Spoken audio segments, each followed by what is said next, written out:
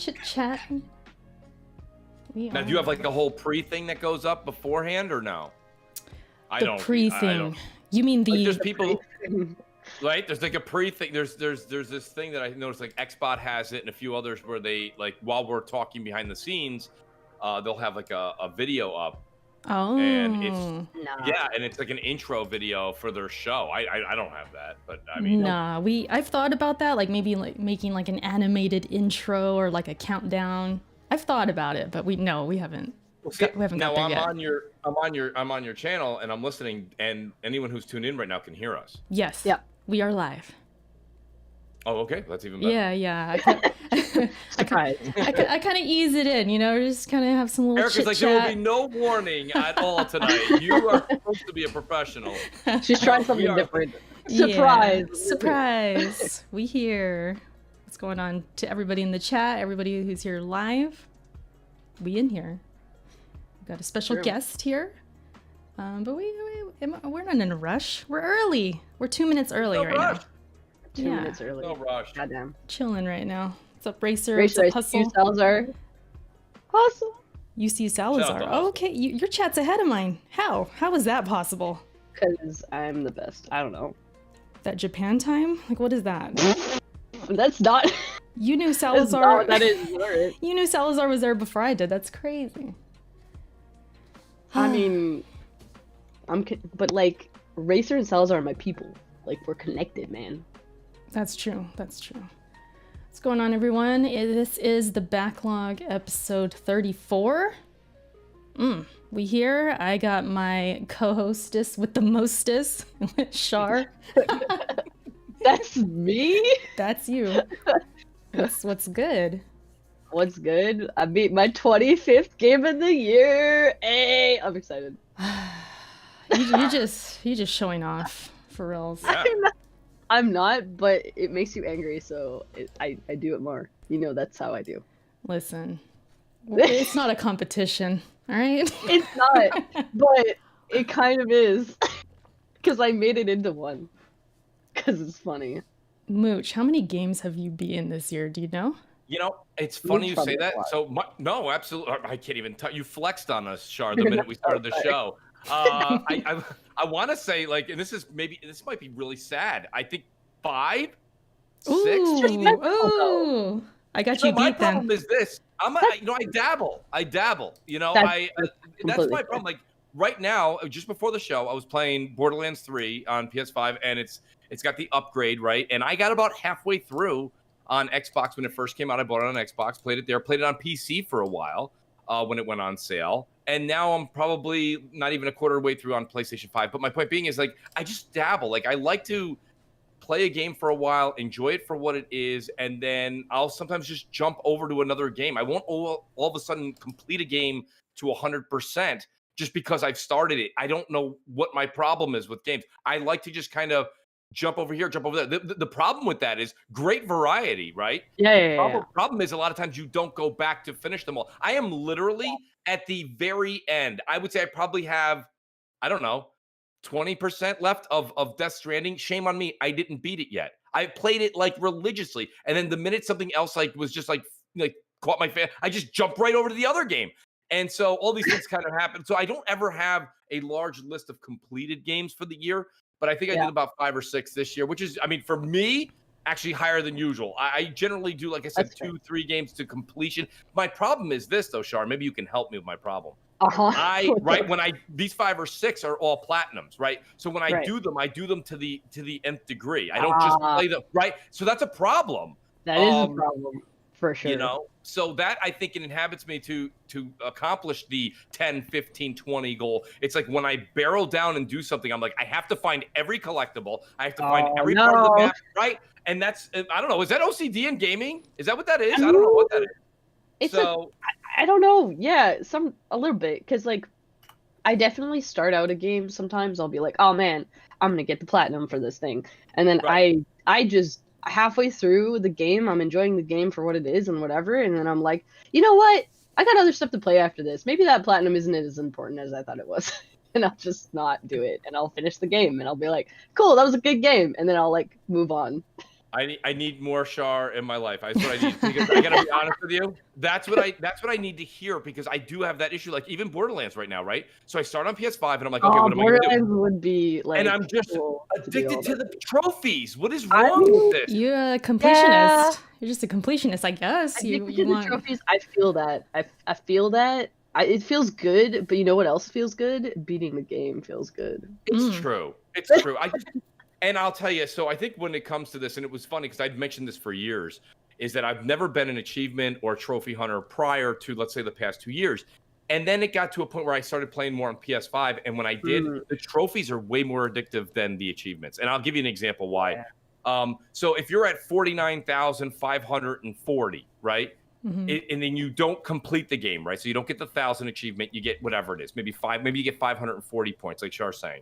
So you complete a game, you get 500. So all of a sudden, and I haven't done the quick math in my head, but now all of a sudden you're at 50,215. Like, is that exciting?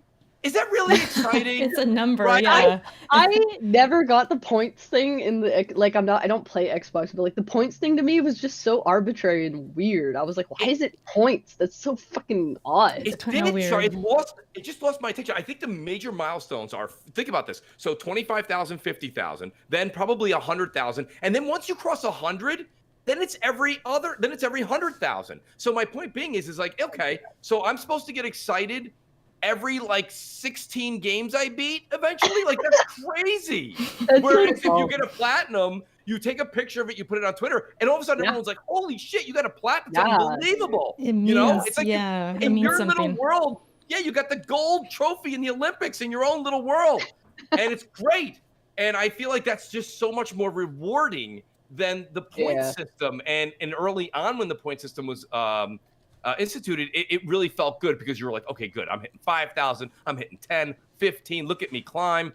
But then when you get to 52,000, 68,000, 103,000, like nobody cares. Right. You know? So weird. So I know. I really think that that's the case. I really think the trophies, I've become more addicted to getting into trophies. And becoming that completionist. You gotta get addicted to the games again, and then it'll be fine. You'll be fine. I like. I'm Jay God. He goes, you guys are weird with these trophies. Honestly, I'm not seriously like gung ho about getting all the trophies all the time. But when I start to play a game that I truly love, I'm like, I gotta finish this game. And I feel like you're not really finished until you get that like shiny platinum trophy. You know. There's some games I'm definitely like, I don't have a lot of platinums, okay? I have like maybe 8 platinums right now. I would have to check.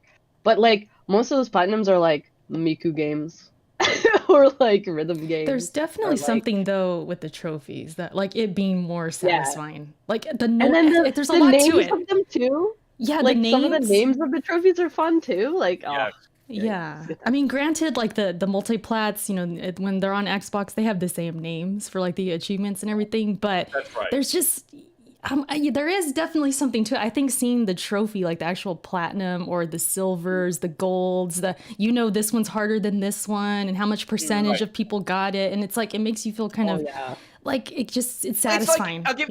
I think I can give the best analogy here, Erica. So all of a sudden, right, you say, I ran track in high school. Someone goes, I ran track too. Okay, so we're equivalent at that conversation. All of a sudden, we walk into your trophy room, and you've just got trophies lined up the wall, right? You go into mine, and there's like 4, right? All of a sudden, I think that's what the distinguishing factor is, the amount of trophies. Like, shout out to Neverland, who's in the chat right now. He says he's got 62 platinum. Damn. I mean, that's unbelievable. I have 7. Hold on. I have 7. I mean, hold on. We're getting into like my dick is bigger than yours. Like, whoa. You know? Yeah, Neverland, take it easy out there. He's very excited about those 62 platinums. He's very excited. I don't blame him. It's a lot of work. I mean, that's definitely a lot. That's a lot of work. Like if you had 60, Char, you out here telling us how many games you beat every freaking podcast. You don't want to talk about how many plats? Because there's 0 plats. I'm working on 1 right now. It's because you don't got them yet. That's why. It's because I don't plat got games. I don't have time for that shit. I'm out here trying to beat my backlog, like the fucking podcast name suggests. That's true. I'm actually doing the thing that we're supposed to be doing. You are a team. You are a team player. You're right. But like, Very true. mean, I am working towards a plat right now. But it's Kingdoms of Amalur, and Kingdoms of Amalur was actually my first like game on like PS3 or whatever. Not first game, sorry. I think it was my first plat ever was that game. And so I got the Re-Reckoning, like the remake or the remaster or whatever. And I'm like, well, you know what I got to do? I got to do it all again. Like, so that's an exception though, because I really don't go for platinums that often at all. It's too much time for me. I have a question. If I am not on Mooch's camp with being the completionist, right? I'm not out here getting the plats, and I'm not beating. Then why am I not beating games, Shar? What's going on with me? Where's my excuse? You're doing because you do what Mooch does too. Like you're like, oh man, I'll play this for a bit, and then and then you'll go on to the next game. It's because you're more up to date as like do I call you a content creator? Because like you kind of are, but like whoa, what was that what's that supposed to mean? Hold on, time out. What's that supposed to mean? I'm saucy today. Okay, we know. So because you're a content creator, you have more of like you have more games that you have to be like up to date with. So like you'll jump around more. She's 110% right. It's one of the things that it's kind of like it's a double-sided blade here in a sense, because the problem with it is when you're constantly talking every week, or whether it's your show or not, Erica, you're on multiple shows, you're going on shows, you're discussing games. We're talking about games, we're talking about policies, we're talking about different consoles that are coming out, new tech.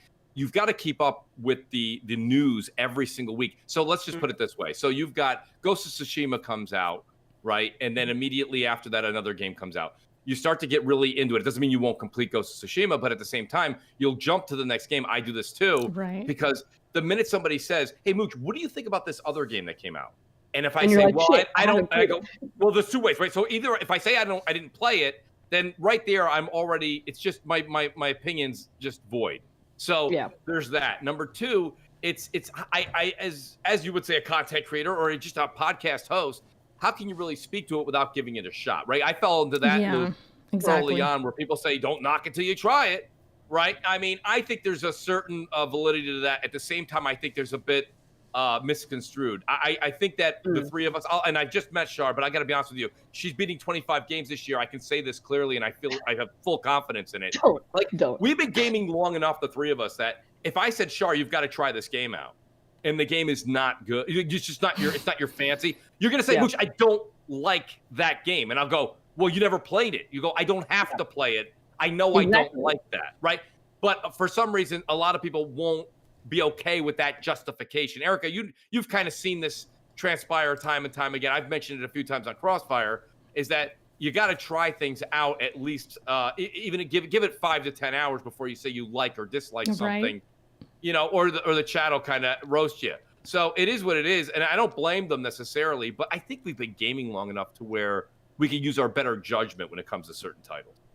Definitely. Yeah. You do kind of over time know, okay, that game's for me or that game's not. Like if I see something that's sort of like a Souls-like game, it's like, oh shoot, let me try it. You know, let me get my input on it. At least a first impression, something. Yeah, like you said, if we're making content, even when I'm streaming, I could be streaming one game, someone's asking me about another game. I'm like, oh shoot, I haven't played that yet. I'll check it out. Yeah. Then they start asking you and checking, hey Erica, you play it yet? You play it yet? And it's like, no, but I'll get to it. So you feel almost like, I guess it's kind of like a pressure, but at the same time, you want to make the content, you want to give your opinion, because you know they value your opinion, so you want to kind of keep that relationship going. You know, I think that's absolutely definitely a thing. Yeah, for sure. Yeah. And speaking of content, man, we're like 15 minutes in. We haven't even got to intros yet. It's fine. Yeah. Don't worry about it. You guys heard his voice. Mooch is here. The Mooch, creator and host of Crossfire. And you being the host of Crossfire, I definitely wanted to pick your brain about the podcast, but go ahead and give your intro and kind of let people know who you are if they're new or if they never heard you before. Absolutely. Well, I mean, I usually do the promos at the end, but if Erica's going to let me do a promo in the beginning, that's fine. It's the Mooch78 on YouTube and Twitch. You know, I got to be honest with you. I've always enjoyed radio, and I kind of early on wanted to do like a radio show back in the day. I'm going back almost 15 years ago. Never really worked. I wasn't going to be about video games, probably going to be more sports related than anything else. But I wanted to get into radio. And I was like, you know what, listen, that's just not what my profession is. And then when podcasting really became a thing, and I would say back in 2013, it's funny, we all think that this all kind of collaborated and happened overnight. It kind of did. It happened so quickly. At 2013, I thought was a good time to kind of get your feet wet, jump in the pool, get used to what's going on out there. And this is the closest thing I'm going to get to radio. So I said, let me give it a shot. I really, really enjoy it. And I'll be honest with you, I never look back. It's always been a lot of fun. I love the community. I really do. I like all aspects of it too. That's why I named the show Crossfire. I didn't want to get on every week and just have Erica, here's the deal, okay? Me and you, we agree we love Dark Souls, right? So let's just talk about how much we love Dark Souls. Yeah. Right? I want someone to come on the show and tell me that I'm wrong, have an educational debate, if you will, and just have some fun and some cross-examination. And I got to be honest with you, it's been one of the best things I've ever been able to do because I've grown a lot since 2013, and I leave every Friday night definitely with a different thought in mind than when I got down in front of the mic and you just kind of, started the show. You just hear different people's opinions, their takes, their experiences through games, their experiences through different walks through gaming. It could be the way that they kind of got introduced, right? Whether it be Nintendo or Sega or GameCube. And you get that perspective and it changes the thought process. And then I'm able to throw in the decades of gaming, right? That I've been able to, experience some of the highs and some of the lows. So that's been one of the great things. I wish that I had a little bit more time. I would love to make more videos. That's what I really want to do. I've bought the software. Erica knows. I've shout out to Hustle and Motivate who's in the chat. And Erica, I'll give a shout out here. I'm going to do a shout out as well on Twitter once all the equipment comes in. But I want to thank you both so much for giving me great tidbits and advice on what audio equipment to get, because I really want to put a little bit more emphasis onto the videos. People say it all the time, like, Mooch, love the podcast, but could you please make some videos? Make some content. Right? For God's sake, make a video. So, I'm going to go ahead and start doing that, slowly but surely. Kind of dabbled in it a few times in September and October, taking about a month off now, just because, the holidays, everything's just kind of crazy. And the new games, the new consoles. I want to hear what Shar and you have to say, but wow, I just can't even tell you guys how much I've been gaming as of recent, and it's due to the new consoles. It's unbelievable. It's a great time to be gaming. Oh, definitely. That PS5. We're gonna talk about that a little bit later, but yeah, just you feel like a kid again. Like I feel like I'm a kid because I'm a kid at heart. I love gaming, and we're gonna talk about that too. Like, is it for kids? We're gonna talk about that later. But I do get that feeling of like that anticipation feeling, and I only really get it with gaming for the most part. Like it's a unique feeling of like when a game's around the corner and you're anticipating the game, and it's just so fun to like talk about that and like you said, share our experiences. I'm a lot like you. When I was a kid, I would pretend I was a radio host and I would like record myself on my little tape recorder, and I would ask questions to my friends and do interviews and like, you know what I mean? I'd act like a DJ, and I actually became a DJ too. I just like being, I guess, at the center of like what people are listening to. It's an awesome feeling. So it is.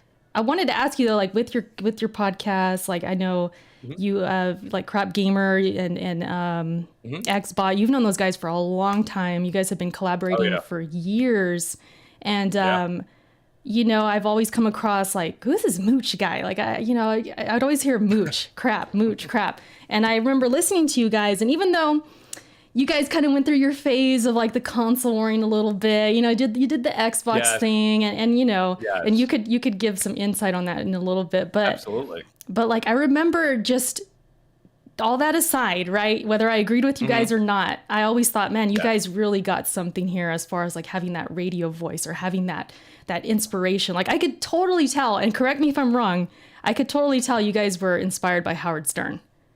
It is, and like that kind of vibe, Yeah. Yeah, you took the words right out of my mouth. That's exactly what it was. We wanted to have that kind of fun, controversial debate stage, you know what I mean? And I'll be honest with you, if you go back and listen to some of the earlier MNCs, there's a lot of times that me and Crap actually truly didn't agree on certain topics, but that's what made it so much fun. Like that was the best part. We get done with the show, and the first thing Crap would say was, that was a great show.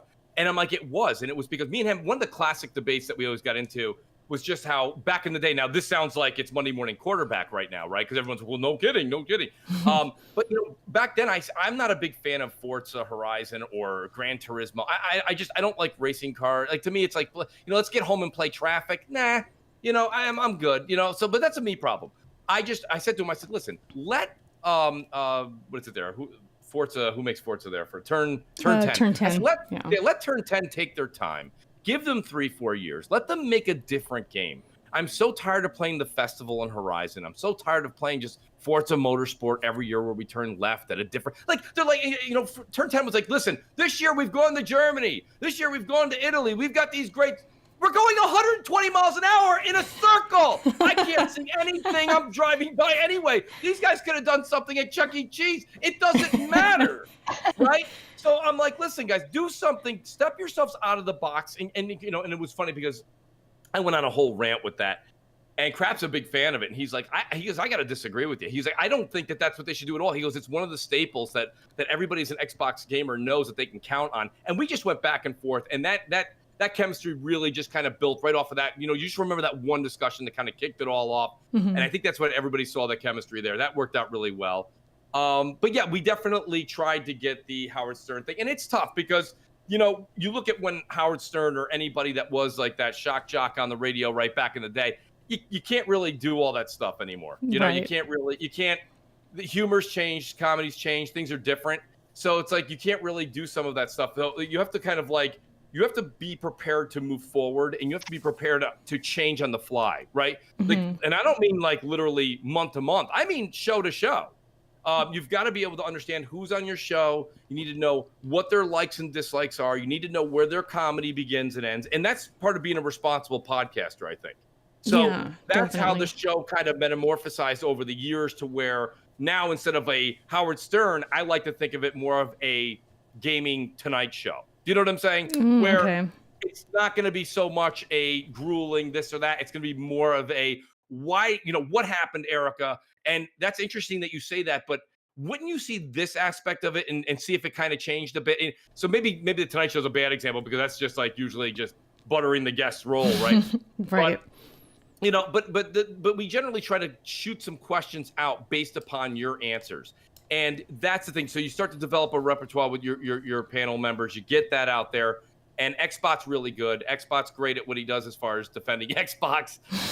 I've named him the Xbox defense lawyer. I love that. I love that. When I was last on, because when was I guess? Maybe 2 weeks ago, 3 weeks ago, something like that. 2 weeks ago. Yeah. And immediately he was like, oh, defense is, here comes the defense lawyer. So that was pretty funny. That's what I say to him all the time. I said that first class ticket from Redmond all the way to Connecticut's getting really costly, buddy. But at the same time, that's kind of how we've kind of metamorphosized the show from that Howard Stern type of comedy of the, I would say maybe late 90s, and kind of changed it over to more of a 2000s late 2020 kind of atmosphere. And I think it's worked out. I really do. I think it's brought in a larger audience. I think people like to see that. I think people genuinely, I get a lot of direct messages after the show saying, really great show. Glad you had different guests on. That's the other thing too. Mm-hmm. You know this, Erica. Mm-hmm. I try, even with you being a reappearing guest, and I'd like to get Shar on too in the future. If we get, time zones are going to be difficult, but we're working it out. But the key thing about it is to have on, some repeat guests, but then have on some people that have never been on the show before. So the idea here is that every single Friday when you tune in, it should be a different experience for the audience as much as it is for the usual suspects of the panel. So that was the other thing where I don't have, I except for Forte, Xbot, and Crap. I mean, the other 3 to 4 people I have on, I generally have 7 or 8 people on a week. The others are always just me asking a week or 2 in advance. Sometimes it's a day in advance, and just getting that different perspective, that different point of view on the panel. I think that really helps. Yeah, and the thing I noticed too about you guys, and you especially, is like your energy is always like on point. Like what do you do to prep your podcast? Because we actually had a question in my Discord from Melodic. Shout out to Melodic Punk. He was asking, how do you prepare for a podcast? Because I know, being a guest, I realize, like, man, Mooch, you kind of run like a tight ship, but I like that. Like, you have a whole preparation, like, as if just for the guests. I appreciate that. Like me coming in, you're like, okay, you're gonna go in the waiting room, and then once I go live, then you're gonna unmute. You have all these kind of things that you're gonna kind of do to get it set up. I'm so happy you say that. That's pretty. It's awesome. Yeah. I don't want you to think it's anything like I'm making this happen. I think in order for the show, like, I just always think of it this way. I think if you follow this rule for not just podcasting, but for anything, if I'm in the audience seat, how would I want to listen to the show? Facts. I want to be able to have an intro. I want to be able to have the guest or the host come on, tell me what's going on, give me that warm feeling why I'm here, and then introduce the panel quickly and get to the topics. But I do that so that there isn't a lot of like background talk, because that can happen a lot of times. We've been doing this for years, all of us, and it's happened to all of us. But that background talk where everyone's having the pre-show, we had one ourselves, the three of us. We were talking about different situations. And if you were like, let's say you were doing it differently, and you're like, I'm live, and then I'm like, oh, Shard, let me tell you about my experience when I traveled overseas. You'd be like, Oosh, dude, we're live, Yeah. So I always try to make sure that everyone is prepared. They know what's going on at the best that I can. You all know that Discord just loves to do whatever it wants to do. Facts. So Discord will sometimes just be an absolute mess, and it'll kind of ruin the intro. But yeah, that is something that like I do. I really appreciate you kind of bringing that up. I didn't know people paid attention to it. I try to make sure that topics are out a few hours before. I detail them by number. I do try to get everybody at least to know what's going on in a DM together beforehand if you have any questions. And then I let you know that I'm in the chat at a certain time. Come on in anytime if you want. It's just, it really, I think it helps the process. I really do think that it helps put out a better product at the end of the day. That's my goal anyways. If that's true, that's up to the audience to say. I just go out there and try to do the best show I can every Friday. Yeah, no, I definitely noticed. Like the first time I was on, I've been on what, 2 times so far? 2, 3 times, something like that. At least I think 3 times, yeah. Honestly, like other people, we all notice it. And I think as somebody who is a co-host here with the Backlog, like whenever I'm a guest on other podcasts or the things I've learned from being a part of different podcasts, I've definitely taken things that they've done really well and like use that as inspiration. So even here, Yes. And I'm going to flatter you a little bit. Even with my Discord and this podcast, I've been trying to make it a little more professional because I know what it's like to be a guest. And when you're kind of ushered in like that, like the way you do it, I think that's really awesome for the guests. Like I honestly felt like I was wanted there. I was valued there. And I think that's good to do that for your guests. It definitely taught me that, Thank you for saying that. Yeah. I got to tell you, that is super important because let me tell you something. Let's like you say, put the shoe on the other foot. If I don't make you feel that way, are you so inclined to come back? Maybe not, Exactly. So I feel like you guys, I say this all the time. I say it in the tweet that I put out right after the show. I do it the next morning. I say, thank you for an amazing panel and chat. The Crossfire is not the same without the panel. It's just not. And it's not the same without the audience, personally. So I make sure that I thank the panel and chat every single week. That's very important, and that's why I put all your ats as well. It's not just panel. I say panel and chat and include everybody because, and a lot of people do this. I just think that that's important because Crossfire, you go back and listen to it, and if you just mute every time someone speaks besides me, there's no show. There's no show. So you guys are just, the guests are just as important as I am. It's an equal balance there, and I think that that's the other thing too. A lot of people have said, depending on. It's also the knowledge, right, too, Erica? Like, think about it. Like, last night it was great. We had Spawn Wave come on. We had Dreamcast Guy. Xbot was there. Crap couldn't make it. Crap actually did overnight to get consoles. I heard that part. Yeah, I heard that. I was like, okay, yeah, he went out and got trying to get the consoles. I heard that. That was cool. So he did it. He wrote me like 2 days ago. He's like, listen, dude. He's like, I'm not going to make Crossfire this week. And so I scrambled a bit. I said, it was Friday morning, and I just kind of threw a net out there. I threw out to Spawn, I threw out to DC, and I said, guys, can you make it? I said, shout out to BitCloud, Slow-Mo, and I felt so bad. Slow-Mo just got his PS5, and I'm like, Slow-Mo, you want to do a show? I thought he was going to say no, because he's like, I just got my PS5 like an hour and a half ago. Listen, that man does not say no. Shout out to Slow-Mo. He does like 15 podcasts a week, that guy. He stays busy. Slow-Mo and Forte do a lot. He stays busy. Yeah. Yeah. So no, that's it. And honestly, I gotta say, thank you so much. It truly means a lot to hear the feedback. I don't really get feedback like that generally, so it helps me to know that what I'm doing is what I should do and continue to do. And actually, I got a big surprise for everybody. Hopefully, within the next week or so, I got a whole new Crossfire set coming.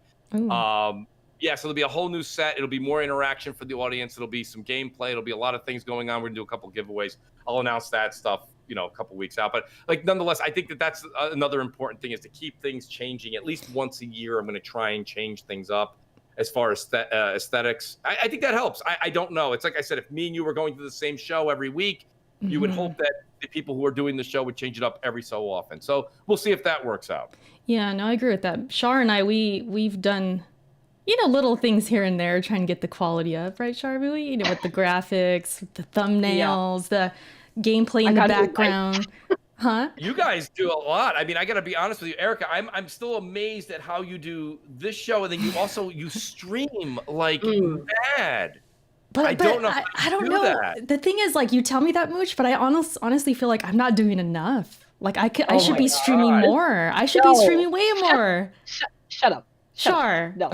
Be honest. I don't know how she does it. No. I stream 4 days a week, and that's enough for me. But, like, you also doing, like, videos and shit? Like, stop. Yeah, I can't even get a video out a week, man. That's what can be so tiresome, though, because you know how I've felt about YouTube lately. I've had my gripes. I've been so frustrated. Like when when the views ain't there, I'm like, damn, what am I doing wrong? And am I wasting my time? Like, I think every YouTuber, I'm sure Mooch, maybe Shar, both you guys can agree. Like, you've had those moments where, like, man, am I wasting my time? Like, am I doing this wrong? Like, am I not doing enough? Am I not consistent enough? So I'm always working towards. That's not a question.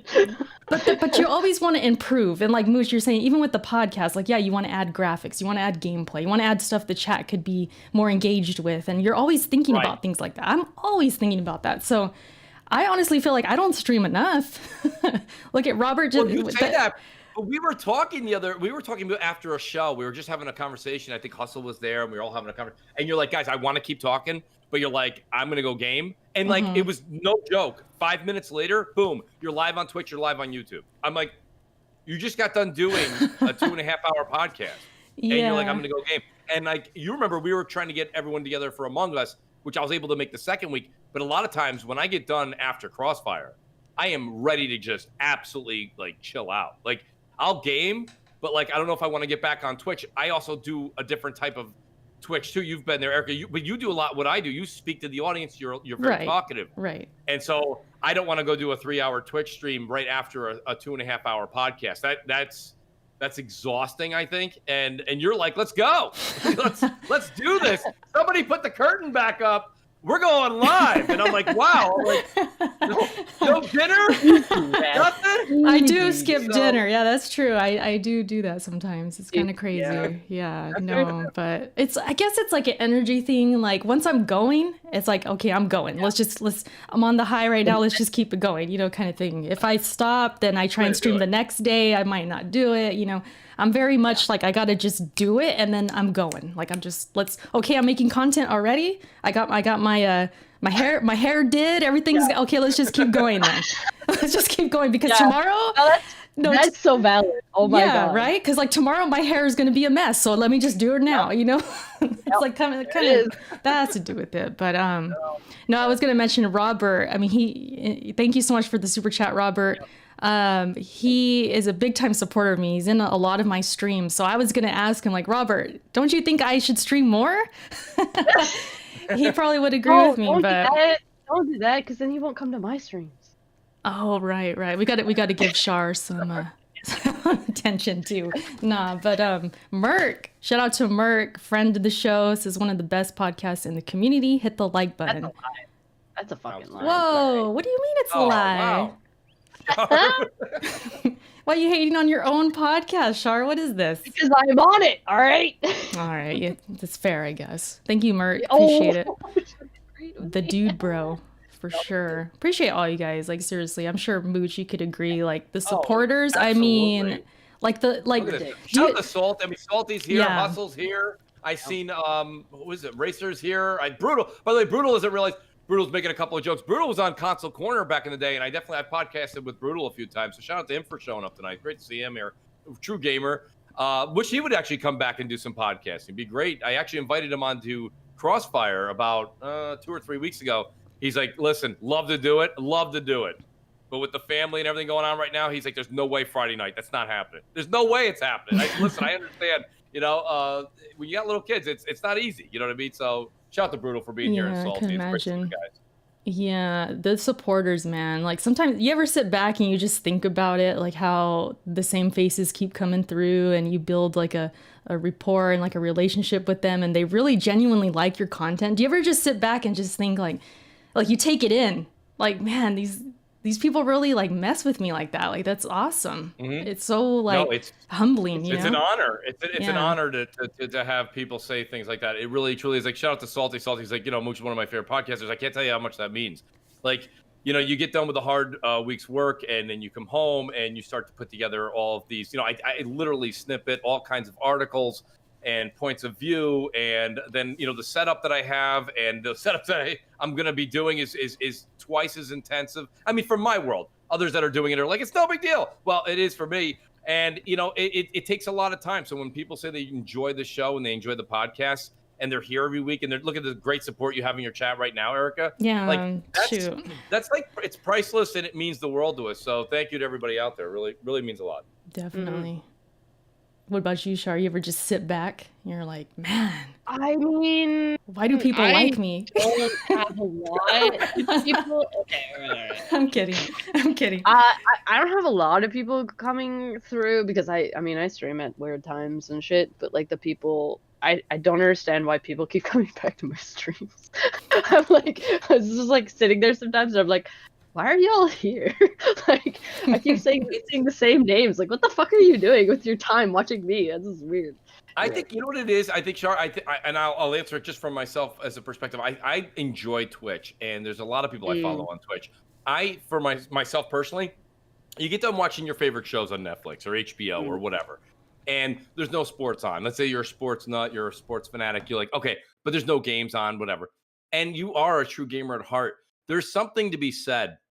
It's very, I would say, I guess you could say peaceful in a sense. Or it's the end of the night, you chill, you put on whatever game it is that you enjoy to watch being played, and you see how different people attack these problems, right? And that's why I watch a lot of Souls type games. I'll watch Neo, I'll watch Sekiro, I'll watch Demon Souls. I watch people play this because the way that those games in particular are designed, they're designed that, like, Eric has even said this to me, and Luca, shout out to Luca, they said, I saw you beat this boss. That's not how I did it. You know what I mean? Right. That's not the weapon I use. And it's like, that's interesting because that's how the game can vary. Where a game like, let's say, I don't want to pick on Borderlands, but I'm being generic here. Like, you have a gun, I have a gun, we're going to shoot this thing, and after so many bullets, it's dead, right? I mean, there's not a whole lot of logic that is going to go into this, or strategy. I mean, is there strategy? Yes, there can be, but not tremendous. But there is with certain games. So a lot of times I'll watch that. Even for an example, you're probably all laugh when I say this, but like Warzone, I would watch a lot of the insanely very talented people play Warzone on Twitch, like the Nick Mercs of the world, or even Doc Disrespect. And when you watch them, you see the strategy on how you play with your friends, and then you're like, wow, that's funny. We're getting a win every 20 rounds. These guys are getting 8 wins every 10 rounds. And you're like, what are they doing differently? Well, what they're doing is they're on the attack, right? Where other people will more aggressive, farm, probably. Right, right, exactly. And that's the way to be, I think, if you want to be successful in that game, is to be aggressive. If you're just going to go and kind of loot and then harvest and then just sit, right, and wait and get closer into the circle and wait, what happens is then you're getting attacked from the perimeter. But if you're the one that's always on the offensive and you have the UAV launched and you can see where the enemies are, and then you're actually attacking while they're harvesting, looting, and preparing, you're jumping on their parade and you're attacking them, you're going to catch a lot of people off guard. This was an interesting tactic that I saw and how they went about it, and the areas that are good to do it in, the areas that are not good to do it in. So it's funny, Shar, when you say that, like those people that I watch, of course, I'm not writing the Doc Disrespect. I'm not like, yo, Nick Mercs, it's Luke. He's here. I'm here. He doesn't care. But at the same time, I am so excited to watch this different strategy and then try to implement it into my gameplay. So that's how I use Twitch or YouTube streaming is into my benefit. It's all about the unique experience. Like, Shar, if you're gonna play a game, like when you played Neo, remember we co-op and stuff like that, or you would play something.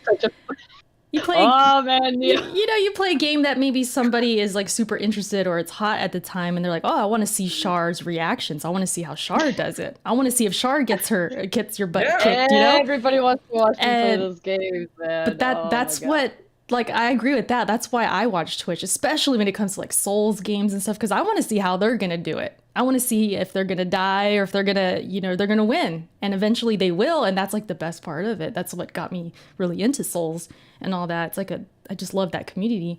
But yeah, it's a thing. Like, I think that's why Twitch is so popular. Because, there's that stigma and that we should get into, I guess, about video games. And why would you ever want to even watch video games or even play video games as an adult? But we'd want to watch gaming because they're sharing their experience with us. Just as when we stream, we're sharing our experience. Because it's all unique. It's all different. I've always liked watching gaming, though. That's the weird part, right?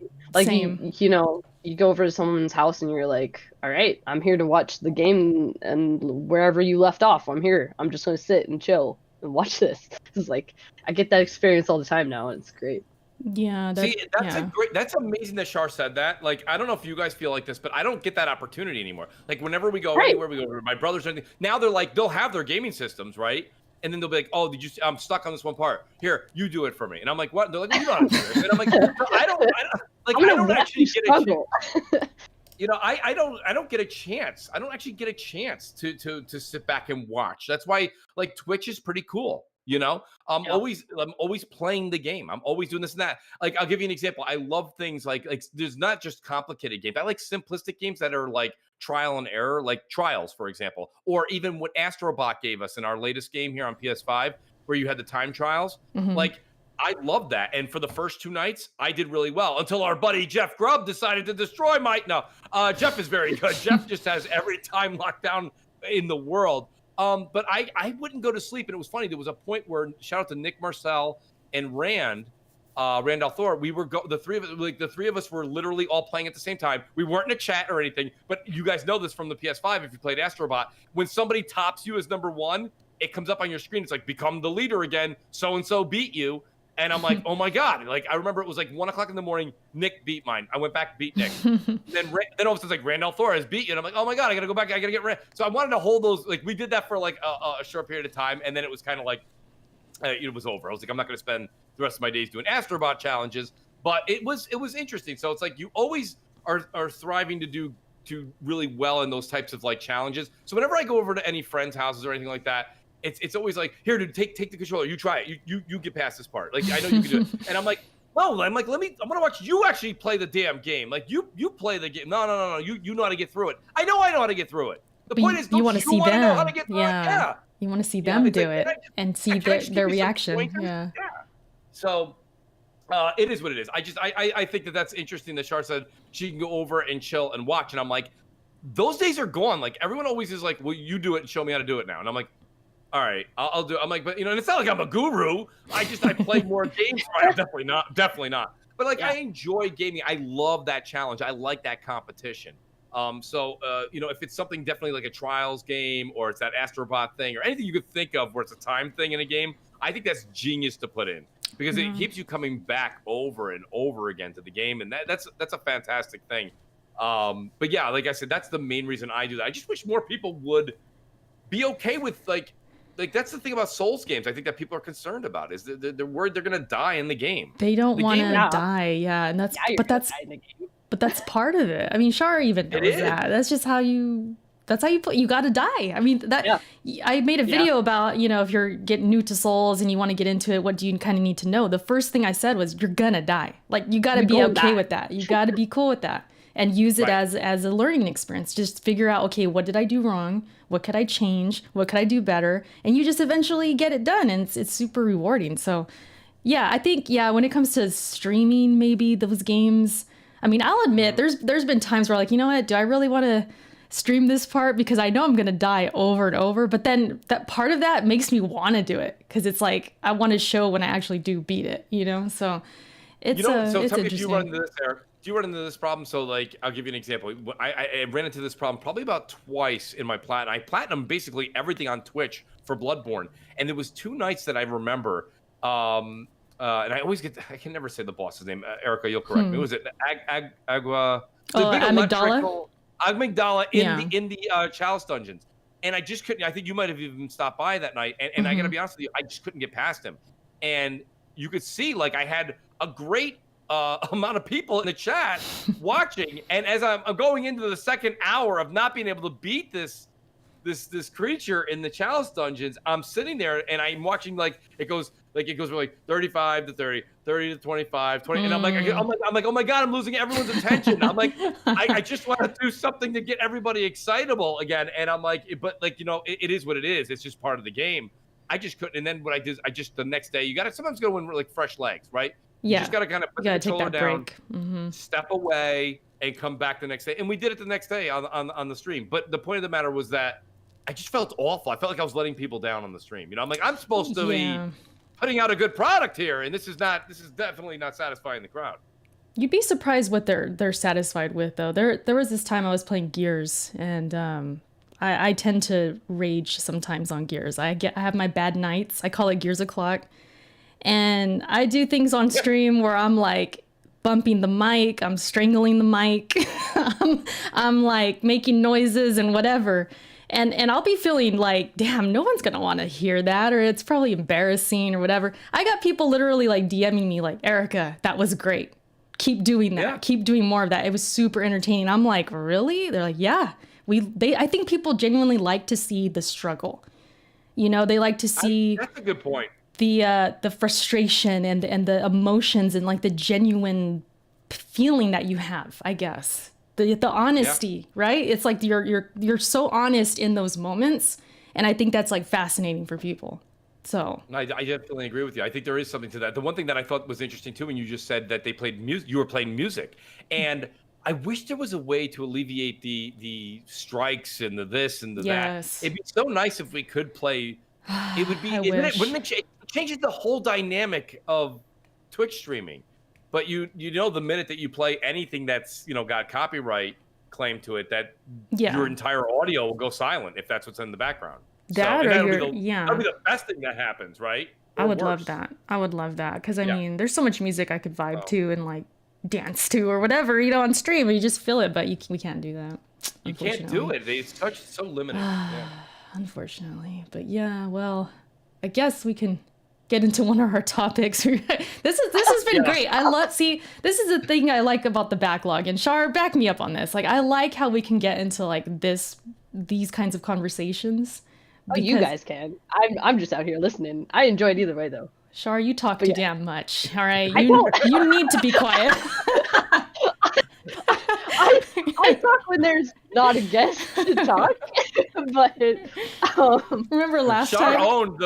Shar owned the pre-show, by the way, in case anyone's listening. For she sure. owned the pre-show. For sure. Last week we had 3 guests. We typically only have 1 max. And because the PS5, and the Xbox just came out, I was like, let me go ahead and get 3 guests. And Mooch, you were going to be a 4th. I was. God. Eric is like, yo, so we got 3 guests. And I was like, okay, that's too many, but all right, it's fine. And then remember, I was like, yeah, Mooch was supposed to come, but he'll come on next time. But we were going to have 4 guests. No, that's actually a lie. No, we were going to have 3. I got a replacement. But however, my point is, it's crazy having that many guests. Like, Mooch, you're used to it. You're probably, you're seasoned already. You got it down. But for us, we only have 1 max. So trying to juggle that podcast was kind of crazy, and Shar would just not shut up, right? Okay, that's not true. Go listen to it. I barely say anything.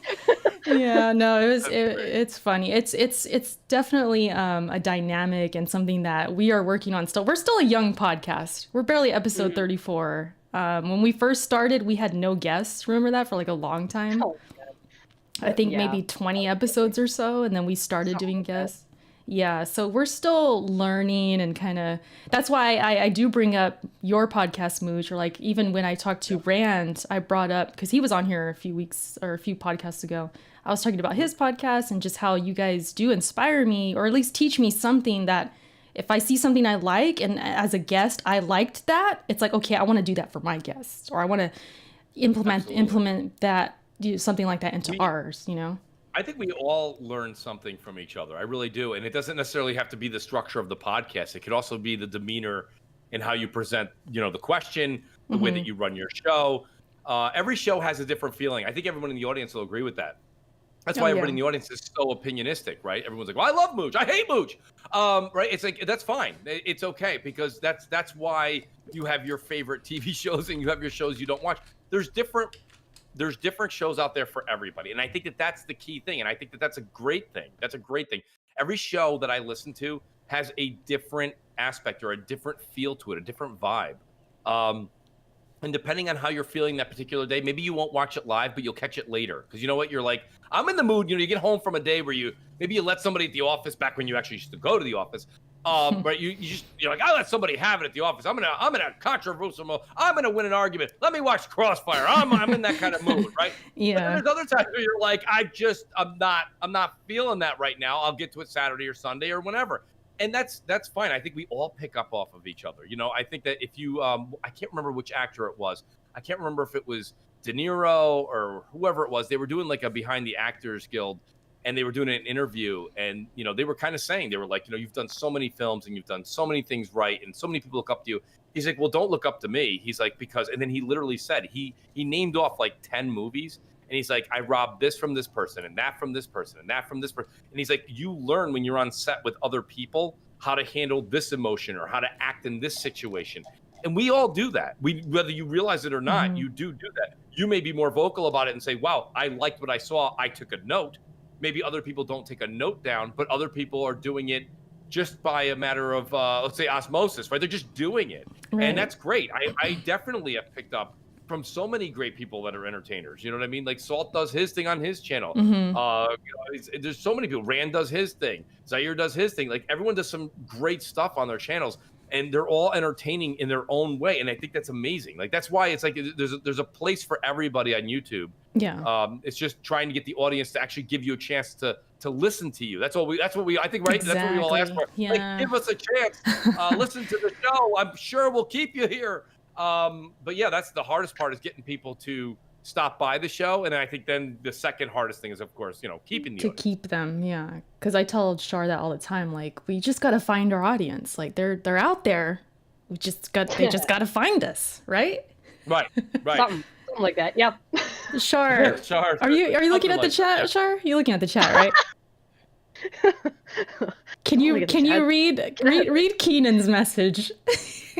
Keenan's fucking, oh my god. It's the Backlog with Erica to guest. And maybe Shar. Oh man. And then we did Too true though. Too true. We did have a new member, Hustle. There's Hustle. Shout out to Hustle. Always supporting. Says, I'm here, ain't I? Love it. Yeah. I love that. George Lopez reference. Absolutely great. Gotta say shout out to Hustle and Motivate. He does so many things to help. Here he is he's always trying to grow his own channel, but what does he do? He puts his show aside. He puts his stuff aside to help everybody. So shout out to Hustle for taking his time. I gotta tell you something, just an outstanding guest when he comes on Crossfire. He's very thorough, he's logical, and he's got that radio voice as well. I think he really does. So shout out to Hustle and Motivate. Great to have him here in the chat. Always love having him on my show as well. The Handstand. Fang is like, what are the topics? How much have I missed? I'm like, bruh. We haven't got to one yet, but we'll just get to like a major one right now. T-Rock with the other super chat says #support. Appreciate you, T-Rock. That's my stream buddy. That actually started in your stream, Mooch, because we kept finding that we crossed paths, me and T-Rock. We were always in the same streams. Yeah, so now we're stream buddies. T-Rock's great. But it did, I guess, technically start in your stream, which is pretty cool. T-Rock was one of the first people that actually, when I started doing Twitch, he was there religiously every single time. He still shows up every single time. So shout out to T-Rock. Awesome guy. It's all coming full circle right now. Yes. So, a topic, huh? What are we going to talk about? So, Shar, I need you to read the tweet that I'm about to put on to the screen. Let me get this out of here. I'm ready. I fucking love this. Man, I got stuff to say about this. All right. Shar rant incoming. All right, so we got the tweet for the listeners out here. This is a tweet by Shezabel. It's at whatever. She deleted the tweet. That's why we have a picture. Yeah, it's a screenshot. Shout out to Dreamcast guy for sending me the screenshot, by the way. Yeah. So it says, do all the adults who've managed to get a PS5 for themselves not feel bad that it probably means a child won't be able to open one up on Christmas Day? You're pretty much snatching it straight from Santa's sack. Yeah. This was kind of a theme, Mooch and Shar as well. I don't know if you guys noticed on Twitter. I came across a few tweets of adults just kind of shaming the gamers for getting so excited about the PS5 and buying all the PS5s. Of course, we got the scalpers. We're not talking about them. We're talking about genuine gamers who went out, got the consoles like us, me and you, Mooch. Sorry, Shar. And I just noticed that's coming out. I don't know if it's like some kind of jealousy thing, because some of it, was a lot of women talking about, well, if my man was buying a PS5, I wouldn't accept it and I wouldn't like that. And then you got this girl, this Jezebel chick, who I think was serious because she ended up deleting the tweet. So I'm assuming she was serious about it, saying, all these adults that managed to get the PS5, don't you feel kind of bad that you took it away from some kid on Christmas? So I just wanted to talk about this. And Shar, I know you got something you want to say something about this. So what do you think? Me first, eh? So either this chick is salty she couldn't get one, or she's salty she couldn't get one for her kids. I feel like there's something happening there. Yeah. And it's a problem, but it's also like the supplier's problem. Like, it's definitely a Sony problem that they released this thing so close to the holidays with not enough fucking, stock, because they should have known. But I mean, they knew it was going to sell out. They knew that, obviously. This is always a thing with launches, is like there's never enough on launch. That's just always a thing. So yeah, some kids are going to get it like later or whatever, and wham.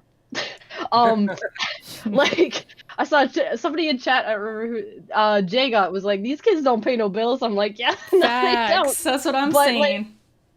But at the same time, it's like, yeah, it makes it hard for like parents to get their kids stuff, but it's a struggle for everybody. It's not just like the single, it's not just the single gamer that's having problems getting it. And I don't know. She's like trying to single out, like, think of the kids, and I'm like, okay, yeah, but like, she's like that chick, have to wait like the rest of us. Like, she's like that the preacher's wife in The Simpsons, where it's like, won't somebody think of the children? She's got that going on. Yeah. And then I see in the chat too, Raven is like, these are $500 consoles. Like, yeah, no, I don't. It's a lot of money to get a kid something like that, where you could get so much more stuff and then wait for later when you actually get paid, and then get your kid it later, right? Yeah, that's actually a really, really good point, Shar. And not just that, let me just a quick little asterisk to that. Yeah. Like, if any parents were listening to the show right now, because I do understand where the woman's coming from. I do understand. Same. But if you stop and look at this generation, unlike other generations, this is probably the least worried generation change or transition that you have to worry about. So let me give you an example. If you were a parent right now listening and you completely agreed with Jezebel here, right, you would say, okay, that's fine. But you could go buy a PS4 Slim or an Xbox One S, and your kid can, for at least a foreseeable future, play a lot of the games, not all of them, but a lot of the games that are going to be new titles for, let's say, for the next 6 to 12 months, especially on the Xbox platform. So, my point being here is that I get where she's coming from with that. There is a remedy to it, and that is you can buy a last gen console and still play new games. So there's that. But the other thing is this. This isn't the first time this has happened, and I'll take everybody back to not too long ago, and I'll keep it. Let's not go back to the certain toys that don't matter in the gaming world, but let's think about the Wii. Like, I remember trying to get a Wii. That was tough, and I couldn't get it forever. I'm talking about.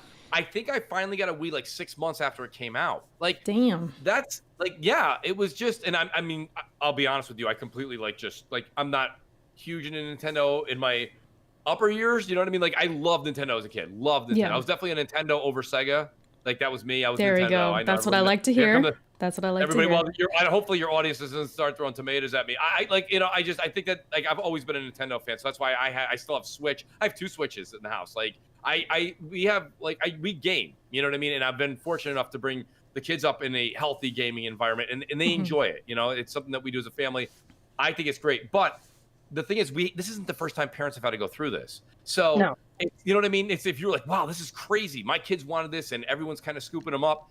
you gotta calm down, because this has happened time and time again at Christmas. There's always one or two particular hot items that parents really kind of fight for. And I don't mean fight necessarily in the physical sense, but I mean, they really, really strive to get, and they just can't get sometimes. And I tried to do that for the family with the Wii. I didn't have kids back then, but I'm saying, like, you know, I knew that I had like cousins, things like that they wanted to play, and I was going to go get a Wii, and I just couldn't get them a Wii. And that's just the way it is, you know. But what do you do at the end of the day? You know, I didn't make a sign and start marching outside of Toys R Us back then. You know, be like, justice for Mooch, justice for Mooch. No, you know, I mean, it is what it is. You know, we have to wait our turn. It's supply and demand, like Shar said. And I think that, you know, with the global pandemic and things that are going on, Microsoft and Sony actually did a fairly decent job. If you look at the numbers, you know, apparently the first day, PlayStation, or the first week, whatever it was, 2.1 to 2.4 million sold of PS5s, and it was 1.1 to 1.4 million Xbox Series X and S's. That's a lot of consoles to get out during a pandemic where you had 4 or 5 months where the manufacturers were shut down. So, you know, it's tough. It's a tough scenario. I completely get the woman's point. I really, really do. I get her point. But I think, you know, taking it to social media, you know, you're not gonna, you know, that's not gonna end well. The gamers, nah, you ain't gonna win against the gamers for sure. No. I also want to say, if your kid is getting a PS5 for Christmas, I don't want to talk to them. I don't want to see them online. I don't want to interact with that child, because that's a spoiled ass child right there. And I don't want any part of that. Like, I can see Shar walking into somebody's house that she knows that has kids, and they literally have a PS5 sitting there, and she's like, I'll walk right out. Just walk right out. Wine. Yeah, she's like, here's the wine, here's the bread pudding, I'm out. I'm out. What happened? Like, too funny. Like, if you have to make this tweet, right? If you have to make this tweet because of a new console, either it's the kid's first console, which is insane, that for one thing, that like there's kids out there with the PS5 for the first console. Fuck, I hate that thought. Anyways, and then, or they already had a PS4 and they want to like upgrade their kid's console, which is also insane to me, because like I hate that thought. But yeah, no, I don't. Please don't interact. So with me. Are you basically saying F them kids? That's what you're saying right now? I mean, I'm saying that I am now old enough to see that there's a generational gap happening, and I don't want to interact. I don't like it. I don't like it. I'd rather talk to people who know what a fucking cassette tape is. You know what I mean? Like, what a boomer. Goddamn. Anyway, look at this boomer right here. Yeah. You know what? We know that I'm younger. I know. Moving on. Now, being somebody who, me growing up, Mooch, I didn't get to celebrate Christmas. I didn't get to have freaking consoles. Oh, it's Christmas Day, I'm gonna open up a console. Yeah, right. Never happened. I got the hand-me-downs. My uncle was the one who had, you know, all the Nintendo systems, and then he would let me borrow them, or I'd go over there and play them. And I didn't even have a console until I got a used N64 that my dad bought. Okay. And so that's why you appreciate it. Oh, of course. And now that I'm an adult, I'm like, I earned this, kids. You got to go down to my level, because that's where I came from. You need to earn it yourself. I don't feel that bad, but I get it, though. Like, if I had kids, because I don't have any, I understand. Like, if I really wanted, let's say the new Nintendo comes out and it's just so hard to get again, like the Wii, and I really want it for the kids, yeah, I'd be like kind of upset. But that's because I'm a gamer, too, and I want it, too. So... you know, but I did think about that when I did see this tweet. I was like, man, you know what? Shoot, I never had this when I was a kid. Go ahead. I'm going to defend gamers, and I think everyone's going to love to hear this, because I actually said it to a buddy of mine who's a manager at GameStop, and it's funny because the phone was ringing off the hook when I went to go pick up my PS5, and he's like, everyone's just so kind of salty about the fact that they can't get it and blah, blah, blah. And I said, you know what's funny, though? And I think, Erica, Shar, you'll both completely agree with me on this. Like, shout out to Dreamcast guy, too, because DC was the one who was like telling me, he's like, dude, because I was going to go for the Xbox Series X, and I was going to go at probably about 9 o'clock in the morning. I figured, demand is high, but they opened at 11. He's like, dude, I'm getting there at 4 in the morning. So when he tweeted out he was going at 4 in the morning, I was like, I'm like, I better get up early. So I ended up getting to GameStop at 6 a.m. and I waited for this is pre-order day. And it was 6 a.m. And I got there, well, it was probably about 20 after 6, right? And I was number 5 in line. And my GameStop had 8 Xbox Series X's. I was number 5 at 6:20 a.m. Eastern time. Damn. And they opened at 11. So it's funny because we had people, and don't get me wrong, everybody was really cool. They were driving by and people were like, "Yeah, what are you guys waiting for?" They're like, "Oh, the Xbox." They're like, "Damn, like, that's dedication. That's crazy." And I'm sitting there and I'm thinking to myself, okay, so I got up, like a couple of hours earlier than I usually get up. Not a big deal. Not even, right? Like 5:30. Not a big deal. Went over to the store, waited in line for, 4 hours? That sounds crazy. It sounds crazy, right? But then you have people that are like, "I'm not doing that. That's crazy." But now they're literally driving to Target, Walmart, Best Buy, GameStop, Target, Walmart, Best Buy, GameStop. They're literally going nuts to get the console. Whereas if they just got up 3 hours early one day, they would be 2 months better than they are now. So when people are like, "I can't get one," I'm like, listen, you literally laughed and chuckled at the people that were in line. Then don't complain. You didn't want to do the work. Like, there was time to go get these things. You could go and get them. And like, a lot of people didn't want to go get them. And I remember I told all my friends, I'm like, "I'm going to wait in line." They're like, "You're going to go wait in line?" I'm like, "Yeah." Now they're all calling me. They're like, "Dude, where? Where is there a PS5? Anywhere. I'll do anything." And I'm like, "Dude, they're not around. Like, you're not going to walk into Walmart and see a PS5 hanging out. It's not going to be hanging out. It's not going to happen. Yeah. So, it's funny. That's where I give credit to the gamers, the hardcore dedicated people. When you see Gaming Forte tweets out those pictures of the people that are dedicated in line, I see that and I was like, man, I did that. Like, I've been there. Like, that's it like you say, it's the dedication, it's the hard work, it's the earning the game, earning the console. So it's funny because a lot of people were always kind of salty that they didn't get it, but at the same time they were kind of giggling at the people that were in line, and I'm like, no, it's like it's kind of like that. It's just you do the work early or you do the work later. It's up to you. It's as you as a consumer, you either get up and wait in line, or you're very attentive online to try and buy, or what do? You chase everything around for the last 4 weeks to try and get yourself or your kid a console. And you know what, guys? That's been Christmas since probably 1970. It is the way it is. That's true. Even besides gaming, like the hottest toys, remember like the Tickle Me Elmos and all that junk? Wasn't that sold out? Thank you, Erica. I remember that. Thank you. Yeah. Yeah, it's that was a with big everything. Deal for parents to get, and they couldn't get their hands on it back in the day. Right. I mean, they've literally made movies about this, about a certain toy that they got to get. You know what I mean? Isn't there like an Arnold movie? I forgot what it's called. Jingle All the Way or something like that. All the Way. Yeah, like it's literally like a thing in pop culture and stuff. So we know it exists. Yeah. And so what we're saying, what you guys are saying and agreeing on is that maybe these people are just salty. They didn't get their console because there's a lot of like shaming going on.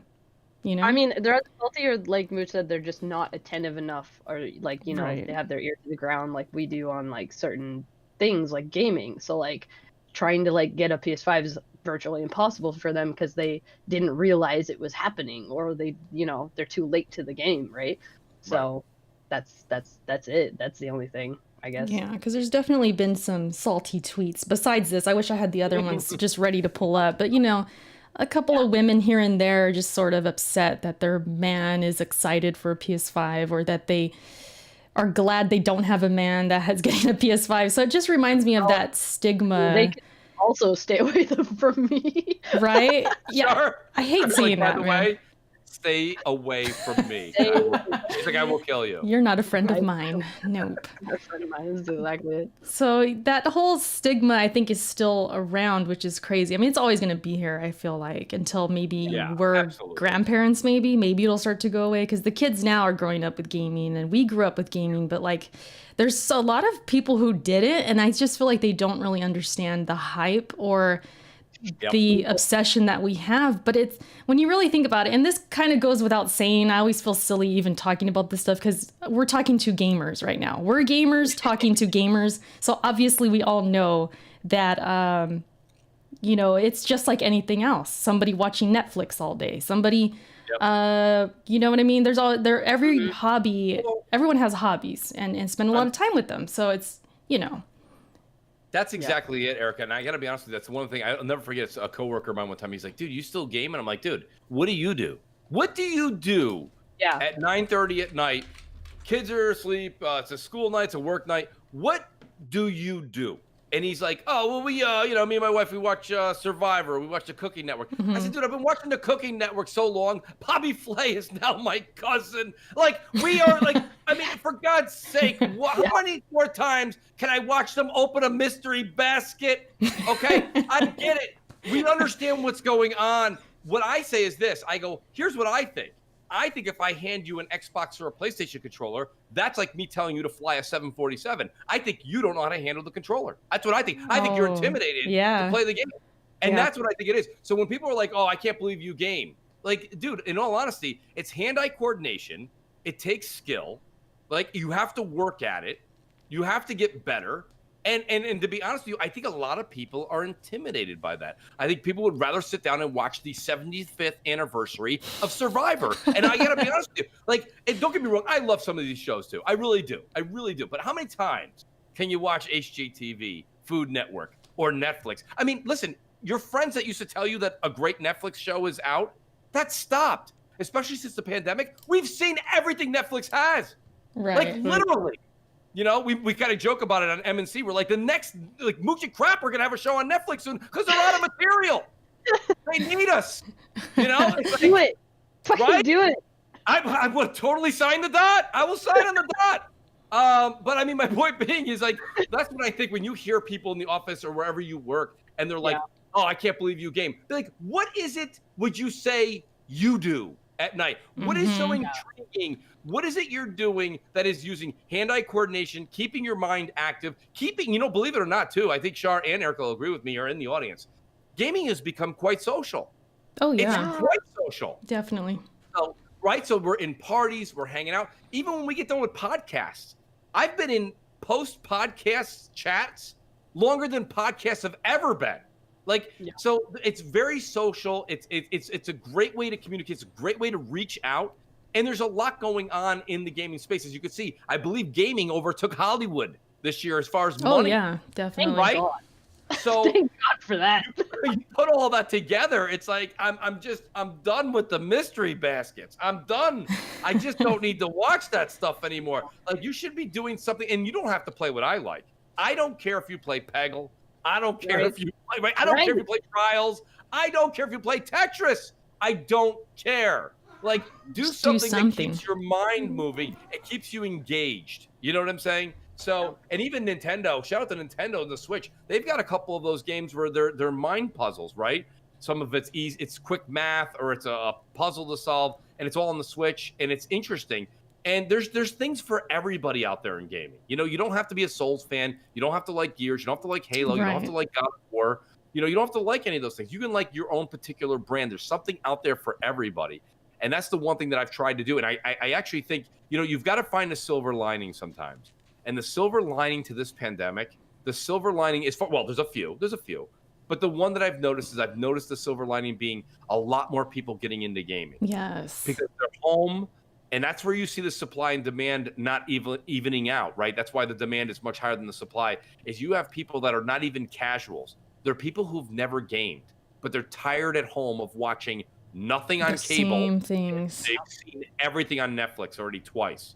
So they're really ready to try something different. And gaming is going to be, like you said, Erica, in about 50 years, when everybody who's being born, probably already in the past 10 years all the way up, is going to be introduced to gaming, where gaming is cool. Like, we're all wearing T-shirts right now with our favorite, not just gaming names, but gaming logos. And people are walking by you being like, oh my God, Destiny, I love Destiny. You know what I mean? And it's like, that was something that was never able to be done 15 years ago. You know what I mean? So that's just a positive that I try to take out of this pandemic, is that more people are getting into gaming that not are casuals, that have never played games before. It's so cool, for sure. Yeah, I've definitely had those moments where, like, because I have a Zelda wallet and I've been, at a Walmart or something like that, pull out the wallet. Oh, Zelda. I'm like, yeah, you notice. They're like, yeah, I love your wallet. I've definitely had those kinds of moments more recently. Absolutely. I would say. Yeah, for sure. Shar, have you ever had anybody, like, give you a hard time for gaming? I don't know if we've ever talked about that before. Yeah, like, has anyone ever, like, made you feel, or tried to make you feel, I guess, like you're kind of, like, too old for gaming or anything like that? Thankfully, no. But it definitely took my parents a long fucking time to realize, oh, this is not a thing that's going away. Yeah, same Kind of same for mine. You know? Well, my mom, And anyways. I think that's partially because both me and my brother both game. So like he was the one that got the PS2 first, and then that introduced me to it. And then I met people at school who were like also gamers, and they were like playing RPGs and stuff. And I was like, oh, this sounds cool. And then I got into it there, and then me and my brother were like, we're gaming. And then like after high school, it didn't stop. And then my parents were like, what the fuck is this? Like, it's still going? You guys still like this?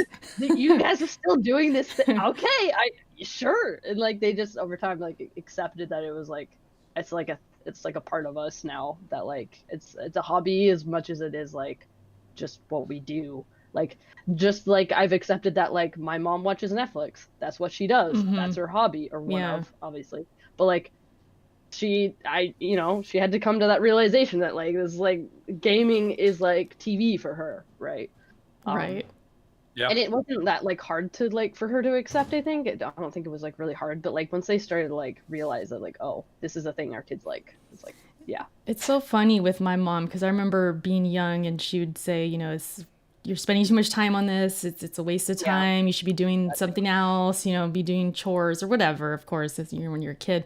Now it's funny because she knows I stream, she knows I do podcasts and stuff like that. The fact that she knows that like I could make extra money, she thinks it's the coolest thing now. She's like, really? Yeah. Like there was one time I showed her a podcast I was on, and she pulled out her phone and started recording it to show her friends at work. Not even kidding. Wow. And I was like, really? Like, I was like kind of feeling weird about that. She was like, oh, this is so neat. She's like, oh, look, there's you. Look, there's you. Like, who is this person? Who is this? Like, they genuinely wanted to know like who the panel was. And it's so crazy. Like, I think with them, maybe it's because of me, I was able to show them like, hey, this ain't going away. This is something I'm really into. This is something that is going to grow, and it's huge. And you got esports. Even my dad, he watches, ESPN, and he'll call me or text me, hey, there's a Overwatch competition on ESPN. Like, what is this? What game? Do you play this game? And I'm like, oh, shoot, that's cool.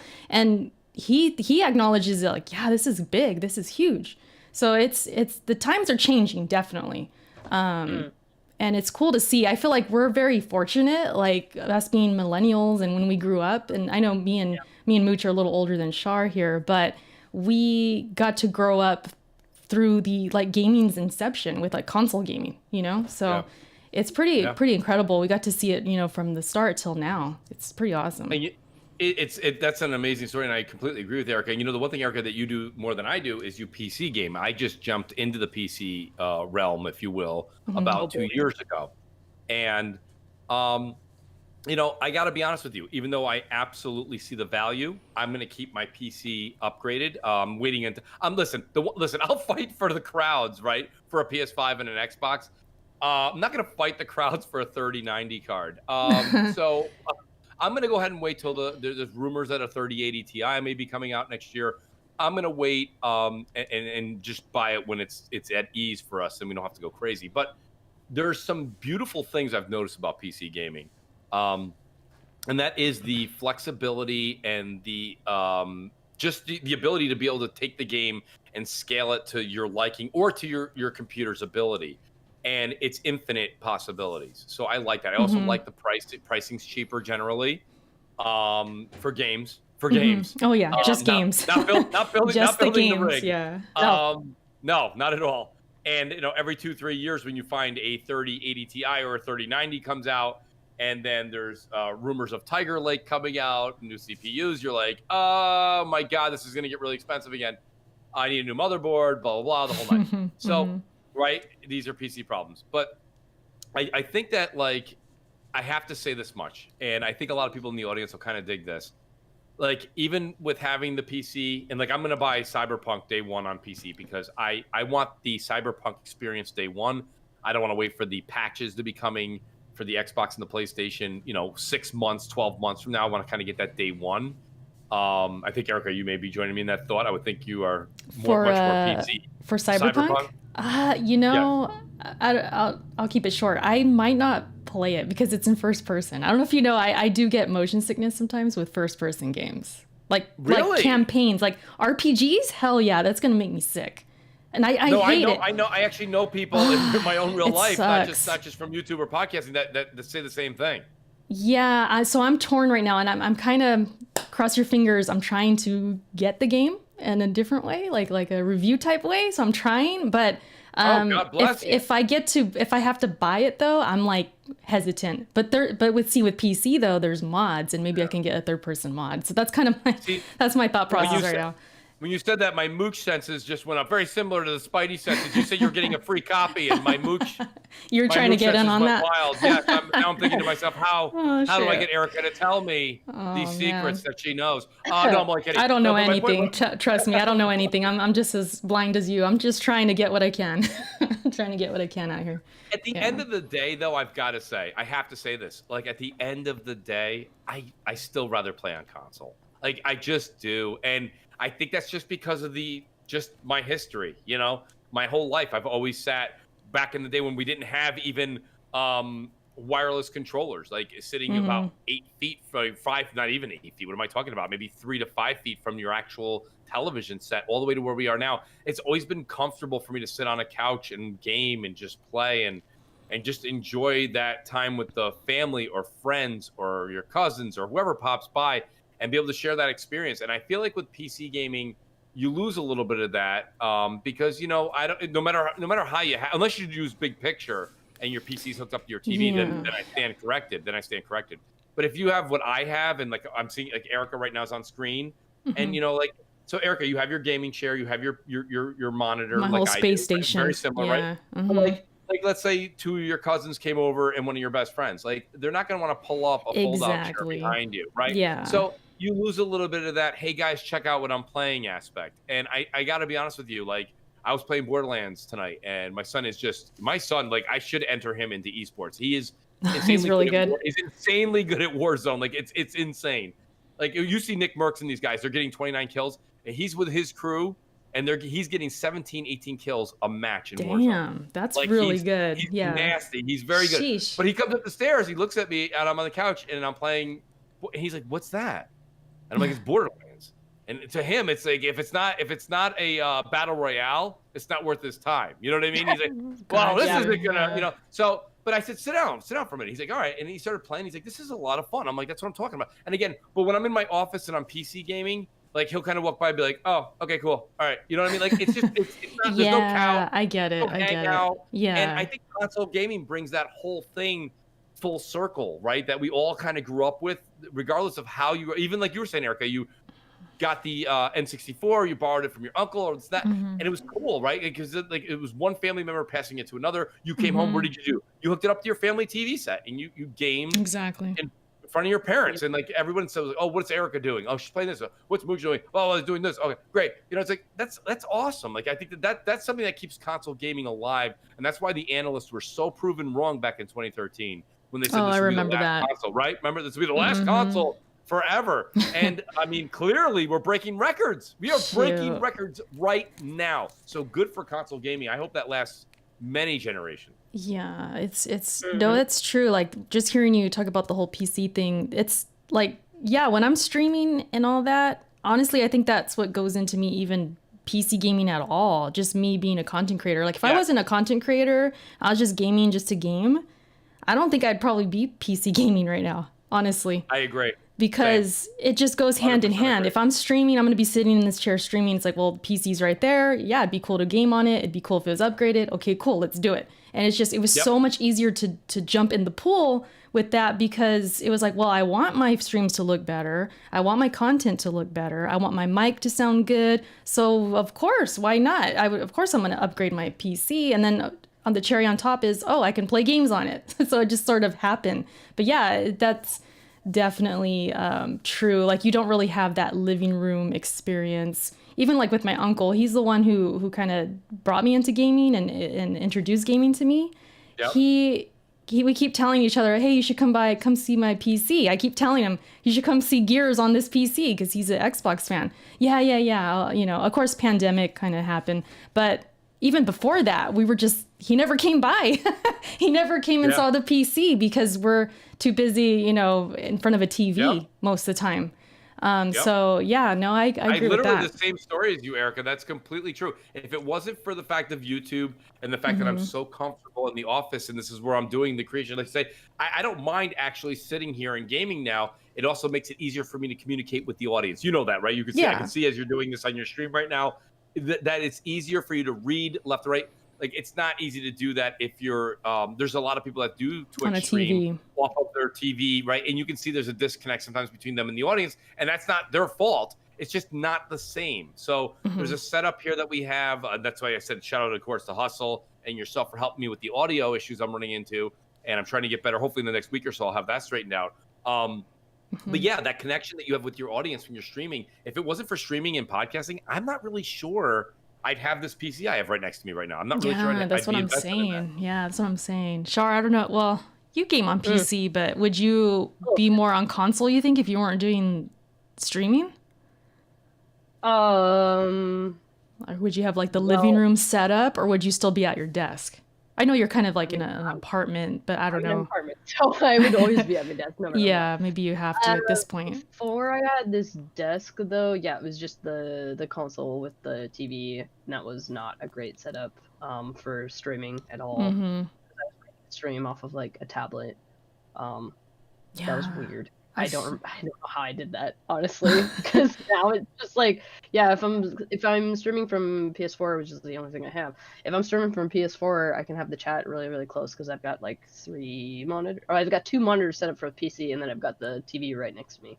Nice, so. Nice. That's the way to do it, Char. That's what I'm trying to get to. I have 2 monitors right now. I really want this 3rd monitor. I'm waiting for it to kind of just dip down in price a bit. Everything's just been with these consoles and everything. Everything's just so much right now. But that 3rd monitor would help me be able to game consistently and play the game, and then have the monitors in a vertical stance so that I can actually have my chats dedicated, right? And I was about to say that. Yeah, you should do that. I don't know if you. I can send you a picture of what I got going on. It's not that great, but I'll send you. I don't know if you've seen mine. Better than what I got. Mooch, I don't know if you've seen mine. I put it up on Twitter. It was a while ago, but I do have the vertical monitor now. That thing's like godsend, because you just put your chat and you could just see the chat right there, like easy, it's crystal clear. Nice and big.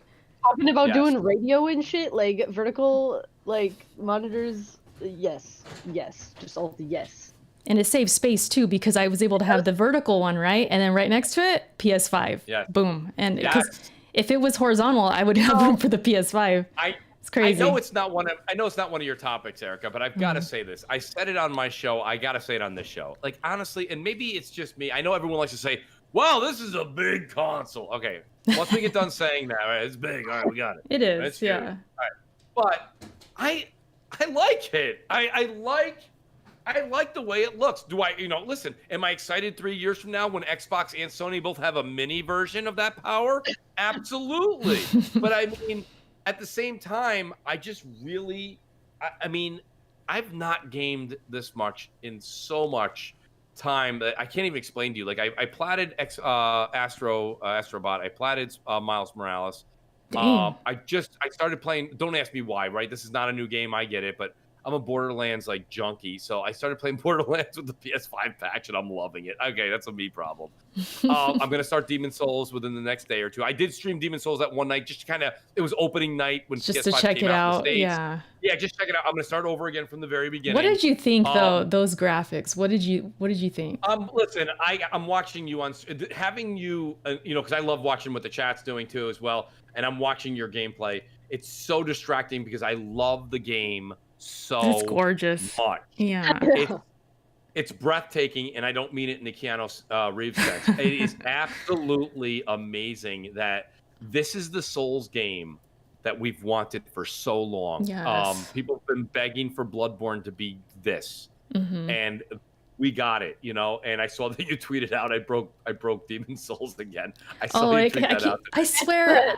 Shar, I don't know. Is it me? I always feel like I get the glitches. Like stuff always happens to me when I'm playing games. It don't even matter what game it is. I'll have some kind of game-breaking thing.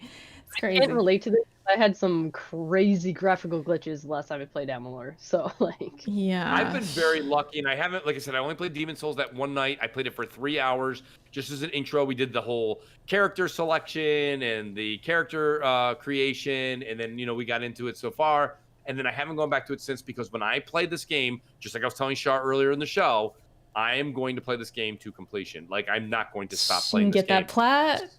I'm going to do my damnedest. Yeah. I'm going to do my, I don't like to make promises I can't keep, but I'm going to do my damnedest. Luca But, just like, got hers today. I know. I saw Yeah. Luca get that, and I'm like, wow, because I've been talking to, shout out to the great Sin Vendetta, and Sin's been telling me, he's like, dude, Mooch, he's like, there's a lot to this game. It's a lot more than people think there is. So, long story longer, I just think that this is just, when I get into this, it is just going to be a marvel. I can't wait to, like, digest this entire experience. Now, how far are you into it, Erica? Are you? I am literally at the last boss. I'm there, but the thing is, I'm not rushing in because Luca. The thing that's been so cool with this game is, like, you mentioned Vin or Zendetta, right?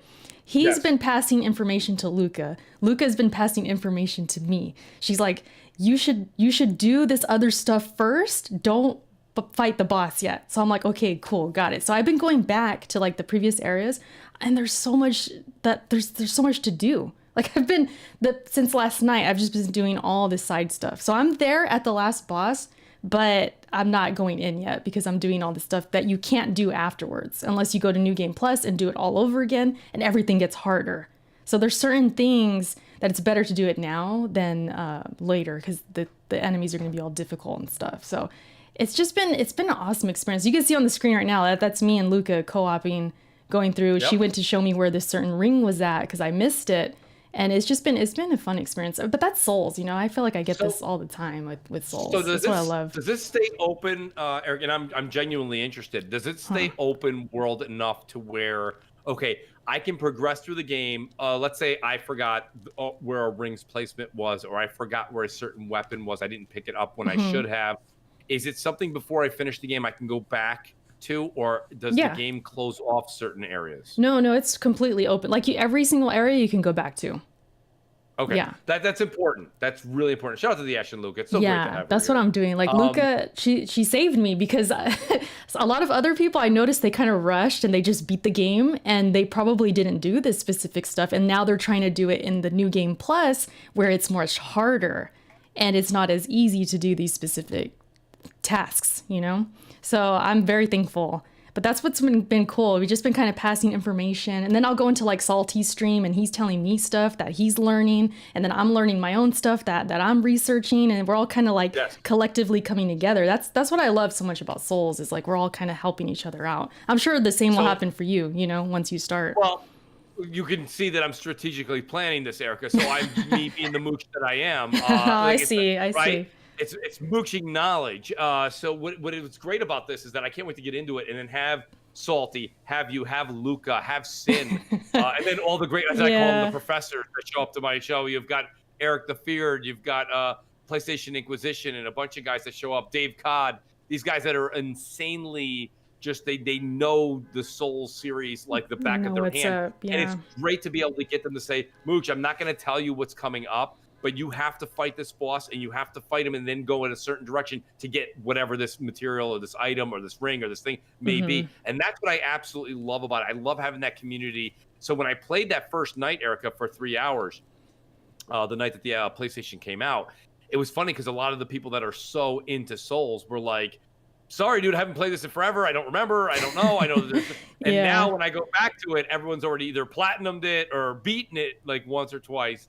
And they'll be able to be so more just helpful in the chat. And that's fun. Like, I love that. Like, that's one of the jokes I always say when I start my Twitch streams is Mooch loves spoilers. Like, for me personally, there's nothing you could tell me. Like, I don't care. I didn't find out with The Last of Us. I didn't find out what happened at the end. I knew what happened to Joel.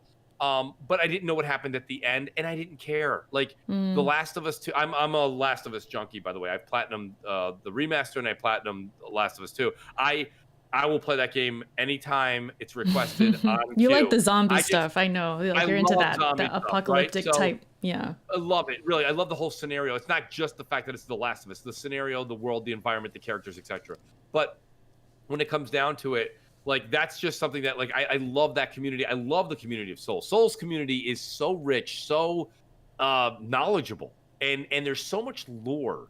It's unbelievable. So I'm hoping when I get back to streaming that, I really wanted to do it today But I got to be honest with you, and honestly, Eric, I truly mean this. Like, I wanted to have a great podcast tonight with you guys, so I really didn't want to do a 3-hour stream and talk for 3 hours and then not bring the A game to the show. So I'm going to go ahead and start on Monday and get that going, and then also give me a little bit of time, a little selfish plug here. I got a little time for a little Borderlands in there, so that was a good thing.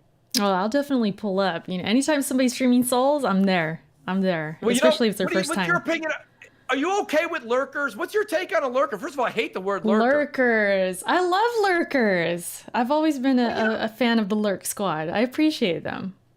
I do too, but it's funny. The lurkers know that streamers can see you enter the room?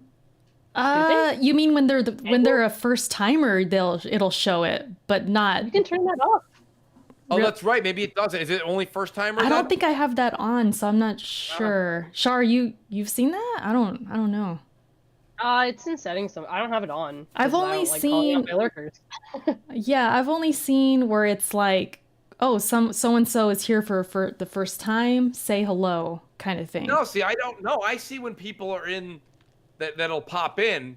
It'll say joined. It just says joined, and then their names show up. So okay. I don't call them out.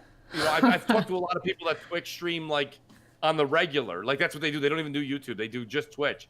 And I've talked to them, and they're like, listen, let them enjoy the show. If they start talking in the chat, then it's fair game.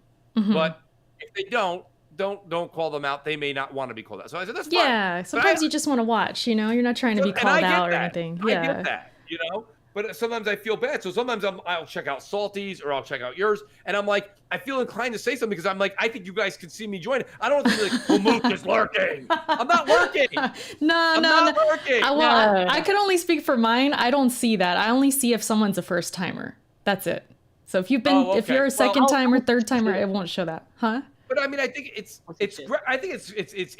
a great thing. I thought calling out when I first did my first few streams, I was calling out lurkers. I was like, oh, look who's here! It's Jimmy Crack Corn's here again. And they were like, and I'm like, maybe he didn't like. But I was talking to a few people at Twitch stream. They're like, nah, you want to leave the lurkers alone. That reminds me of our good friend Hustle. He called out this lurker one time, and he just kept on and on. I'm like, Hustle, just let him be. He's just trying to watch the show. And he was trying to give the lurker like a hard time for like not chatting, I believe. Correct me if I'm wrong, Hustle. I know I see you in the chat right now. Tell me, remember that Eric, you remember, he's in the chat too. He was like literally like, I can't even remember his name, but he just kept on. We were playing Gears. We're all streaming, we're all doing our thing. And you just kept hearing Hustle refer to this lurker like at least 3 or 4 times. And but see, in our minds, we were like, Hustle, just let them be. It's kind of like they might just want to be a lurker, And I kind of see it this way too. Well, go ahead, Shari, go ahead. No, well, there's that, and as a lurker, sometimes I'll go to a stream, I'll say hi, and then I will mute the stream and then go do something else. So if you try to talk to me, like, there's no guarantee I'm gonna respond. Like, you're not even there. Damn. But you're supporting, like you're there to support at that point. Like I give the view, but I don't I'll come back and forth and I'll watch YouTube or I'll go be working on something that I need to actually hear the audio for. So I'll just mute everything else. And usually that means I have to mute a stream or two, So I'm not there in the chat necessarily. I mean, it's cool you're still supporting. I kind of look at it like this. Like, you get your lurkers, right? They've never been there before. Maybe they have. It's their second time or something like that. The goal is okay, eventually maybe they'll start chatting. Maybe they'll follow you, right? And you as an entertainer, as the streamer, it's kind of like a game. Like, okay, can I get these people to stay? Can I get them to come back? And can I get them to chat? And that's kind of the goal. Like, if you're constantly like, hey, so-and-so, you haven't chatted in 5 minutes. You still there? Are you lurking? Like, they might feel like attacked or you know what I mean? That's too much. Yeah. I just mean a simple hello. I'll tell you this much. If anyone's listening to the show right now, I joke about this on Twitch all the time, Erica. I think you've heard me say this, and Salty's definitely gotten a chuckle out of it too because he agrees. Like, it's you think YouTube's hard. Man, Twitch is tough. It's tough. Twitch is impossible. Tough. man, As somebody who streams 4 days a week, and I'm in a weird time zone for my streams too. But like even then, it's like you'd think I would get some people, but like I barely get like. Tough. It's It tough. is absolutely. And don't get me wrong, it's a completely different form of entertainment if you think about it. We're sitting here talking about games, topics, news articles, our personal opinions on games, etc. But like when you're doing Twitch, you're literally trying to get an audience that wants to watch you now, not discuss games, but now watch you play a game. So it's a completely different audience. Yeah, it is. But boy, it's not easy, man. It is like so hard. Like I remember one guy, great guy too. I can't remember his name in the chat now. It just escapes my mind. But he was talking to me, and Erica, you may have seen this because you've been in the chat before. And you've seen me kind of make a point to this. He's talking and he's helpful and he's just talking to the crowd. And literally like three episodes, right? 3 Twitch streams later, and he's been in all of them. Finally, the big extravaganza goes off on my screen. It says, so and so is now a new follower. Yeah. And I'm like, you just joined? I feel like you're like a second cousin. How the hell are you now just joining? You see what I mean? It's crazy. You waited that long? He goes, I wanted to see you beat a boss first. I'm like, you put me to the test? That is so funny. I thought this was a friendship. What happened? That is so true. I've had that before too, where I could have sworn somebody had been following me, and I just saw it go across the screen. So and so followed. I'm like, wait, I thought you were following me already. It's been like months. It's been like a year. Yeah. They're like, oh no, I just did right now. I'm like, okay, well that's cool. Yeah, I guess I earned it. It took this long, but hey, I earned it. Like, are you driving home from work being like, maybe today's the day I'll follow Mooch? Maybe not. I don't know if he's really earned it yet. If he beats the boss. It's right. If he said that to me, he goes, "You beat the boss, you've earned the follow." I said, "My God!" I said, "Daniel's son did less than the Karate Kid. What are you doing, man?" I'm like, "This is crazy. We've been talking for 3 days straight." It's so hard, man. Oh my God! And it was funny because everybody was kind of laughing in the chat, and he was laughing. It was kind of a fun moment. But like this person was there for so long, Erica, and then out of nowhere, this gentleman joined. I'm like, what? You just joined? It takes a half of a calorie to click the follow button. I think they just get picky. They might be following a bunch of others, and they're like, hey, is this guy really someone I want to come back to? And then, but that's cool. See, that's what I was saying. Like, it's so much more rewarding because it's like you really earned it. Like there's times I'll see people chatting and I'll see a familiar face. They were there the day before and okay, they're back. Okay, cool. Or they're there for the first time. They're chatting a little bit. 20 minutes goes by, maybe half hour, an hour. Then they follow. And it's like, okay, whatever I did in that hour, I earned it. That's fine. An hour, the same show. I'm willing. Listen, that's fine. They want to. You're talking like days, like days went by. Days. See, I don't know about that. I'm like, you didn't follow. I even called them out, but it was funny. We were having it was kind of like a bit. We were kind of doing like a bit at this point, and he was playing along. It was kind of fun. And I'm like, there's more. It takes more work to eat like a mouthful of ice than it is to hit the follow button. Like it burns more calories. Like, what is it? What do I have to do here? And he's like, well, you beat the boss. I'm very proud of you. It was just crazy how that was the thing. And I'm thinking to myself after that stream, I'm like, how much time are people putting into hitting the follow button? I mean, are they driving home from work? Are they making dinner, they're stirring their pasta sauce and they're wondering, let's get a little bit more basil and maybe tonight's the night for Mooch. Maybe I'll follow. Maybe I won't. I mean, what's happening? What kind of thought process is happening for these followers? I wonder if it's sometimes they just forget, or they maybe not him in that situation, but sometimes they follow you on Twitter, right? Oh, Erica's streaming, she tweeted out, clicks it, and they haven't followed yet. Like that's definitely happened before. Hustle in the chat, he says to talk about the rare sub before the follow. Yeah, that happened, I think, to Hustle.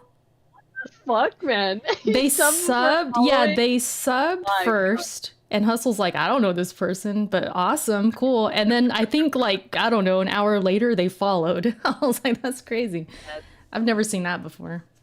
Yeah. No, it's definitely cool. It's an interesting thing to kind of to watch and see happen. You know what I mean? Because you can see on YouTube, you'll get follows throughout the week after you put a show out or a content, a video. You'll see your subscription maybe gain a few folks here and there. That's cool. But with Twitch, it's like, it's constant performance, or or that big like Kane comes out and grabs you off the stage and pulls you off. It's like, oh, it's like you've got to continue to perform on Twitch. You have to perform. Oh yeah, it's a constant thing. Yeah. It's myself personally. I just think it's awesome. To me, I think it's like climbing Mount Everest. To get on top of something with Twitch is it's a challenge, but it's a challenge I welcome. It's a lot of fun. It's definitely, it's a challenge. And the big part of the challenge too, at least for me, has been getting people to leave YouTube to go to Twitch. It's very difficult. Very difficult. A lot of them, they love YouTube. They rather me stream there, and they tell me, Erica, I would watch you if you're on YouTube. And I always had to think about that in my head, like, okay, well, I want to grow on Twitch, so I'm going to have to just make that sacrifice. Like, a lot of them won't come, but I'll still, the real ones will. What can I say? The ones, if they really want to see me, they'll be there. And I just had to, like, ingrain that into my brain, like, just do it. If that's, it's sacrifice, but you got to do it. So it's definitely a challenge. We're all on Twitch here. Char's on Twitch, all of us. And I like talking about it because it's definitely, like you said, it's kind of like a Mount Everest. But when you get there, you get the little victories, you get the follows, you get the subs. Oh, I love it. It's like, it means so much. Yeah. The other thing about it too, Erica, that gives, I think, if you're a gamer like myself, where time is sometimes limited with work and family, etc., the one thing about Twitch that's satisfying too is you get to talk to the audience. You can still discuss the week's hottest news and rumors, and you get to play a game. And if you do a lot more YouTube, and I don't mean YouTube streaming, but if you do like videos editing, and podcasting, there's no gaming. You don't no get gaming going on. Yeah. So Twitch is a way for myself where it's like, okay, video, podcast. You know what I'll do? I'll go on a 2-week stretch of just Twitch, and it's a way for me to say, you know what? Yes, this is a way for me to connect with the audience that wants to come over and watch. It's great, but it also gives me a chance to game, and that's the beauty of Twitch, I think. Yeah, that's what I'm realizing now. Like, because I have my, I kind of have my gripes with YouTube sometimes, because you'll work on a video, and then you put it up, and it's like, no one's really watching it, or it gets frustrating sometimes, or it could be an up and down thing. Sometimes they hit, sometimes they don't. You know how it goes. And you might have put 3-4 hours when you could have streamed and probably got the same amount of attention, if not more. And you got some gaming done. So I'm starting to realize that now, like, okay, I need to make that more of like a permanent switch. Like, I need to just play my games and share that experience with the viewers, So I completely agree with you. Yeah, let me get this super chat right here. Melodic. Shout out to Melodic. Says, I'm back. And Mooch is talking food analogies. I will be listening to the rest of the show on VOD. Pray for me at work. Hopefully it goes by quick, Melodic. He's working nights out there. It's crazy. Absolutely. Yeah. Yeah, but man, I love these kinds of conversations. Like, I could talk about this stuff all day. Like, I know we kind of have like a time limit or whatever that we kind of have for the show, but it's so interesting to me. Like, even me and Shar, like, we'll talk about content creating. And Shar, I appreciate you so much. And I've told you this before, because you tell me things straight up. Like, if something ain't working for me, Shar will tell me. Like, if my thumbnails, hold back. Yeah, like if my thumbnails are trash, it's not worth it. Honestly, yeah, it's not worth it to hold back. I agree. Everyone needs a friend like Shar, because remember, I'll never forget when me and you, Shar, we were talking about my thumbnails. The thumbnails. And what did you tell me? Your thumbnails are trash. Told me straight up, my thumbnails are trash. But I agreed. I was like, you're right. Thank you for telling me, because it's true. I'm lazy. I don't like doing thumbnails, and you're right. Thumbnails are literally I hate them. The worst part. It is the worst part if you go to Erica's channel, right? You go to Erica's YouTube channel, right? She's got better. Okay, she's got better. I'll say that for her. That like let's chat thing, that like let's chat like thumbnail thing with like Erica's like character. I made that. Yeah, that's all sure. Every single thumbnail for this podcast, I make that, and then you can compare those to like Erica's actual things. Listen, I don't even deny it. I don't even deny it. I'll give you all that credit. I'll say it to the moon and back. Sometimes A little bit. A little bit. We need to work on it. Still. Yeah, I know. We could always improve. That's the moral of this whole podcast. We could always improve. Too, yeah. Damn it. Well, we were gonna talk some other topics, but honestly, they're pretty irrelevant in comparison. Because I don't know about you, Shar, but I love talking about this stuff way more than like, oh, the PS5 is doing the best PlayStation launch ever. It's like, yeah, that's cool, that's interesting, but everybody talked about that, so I don't mind skipping topics like that. That's fair. I just have such a small damn audience that I can't relate to most of you guys. What do you mean in terms with of the numbers and everything? I don't compare numbers at all, but that's it.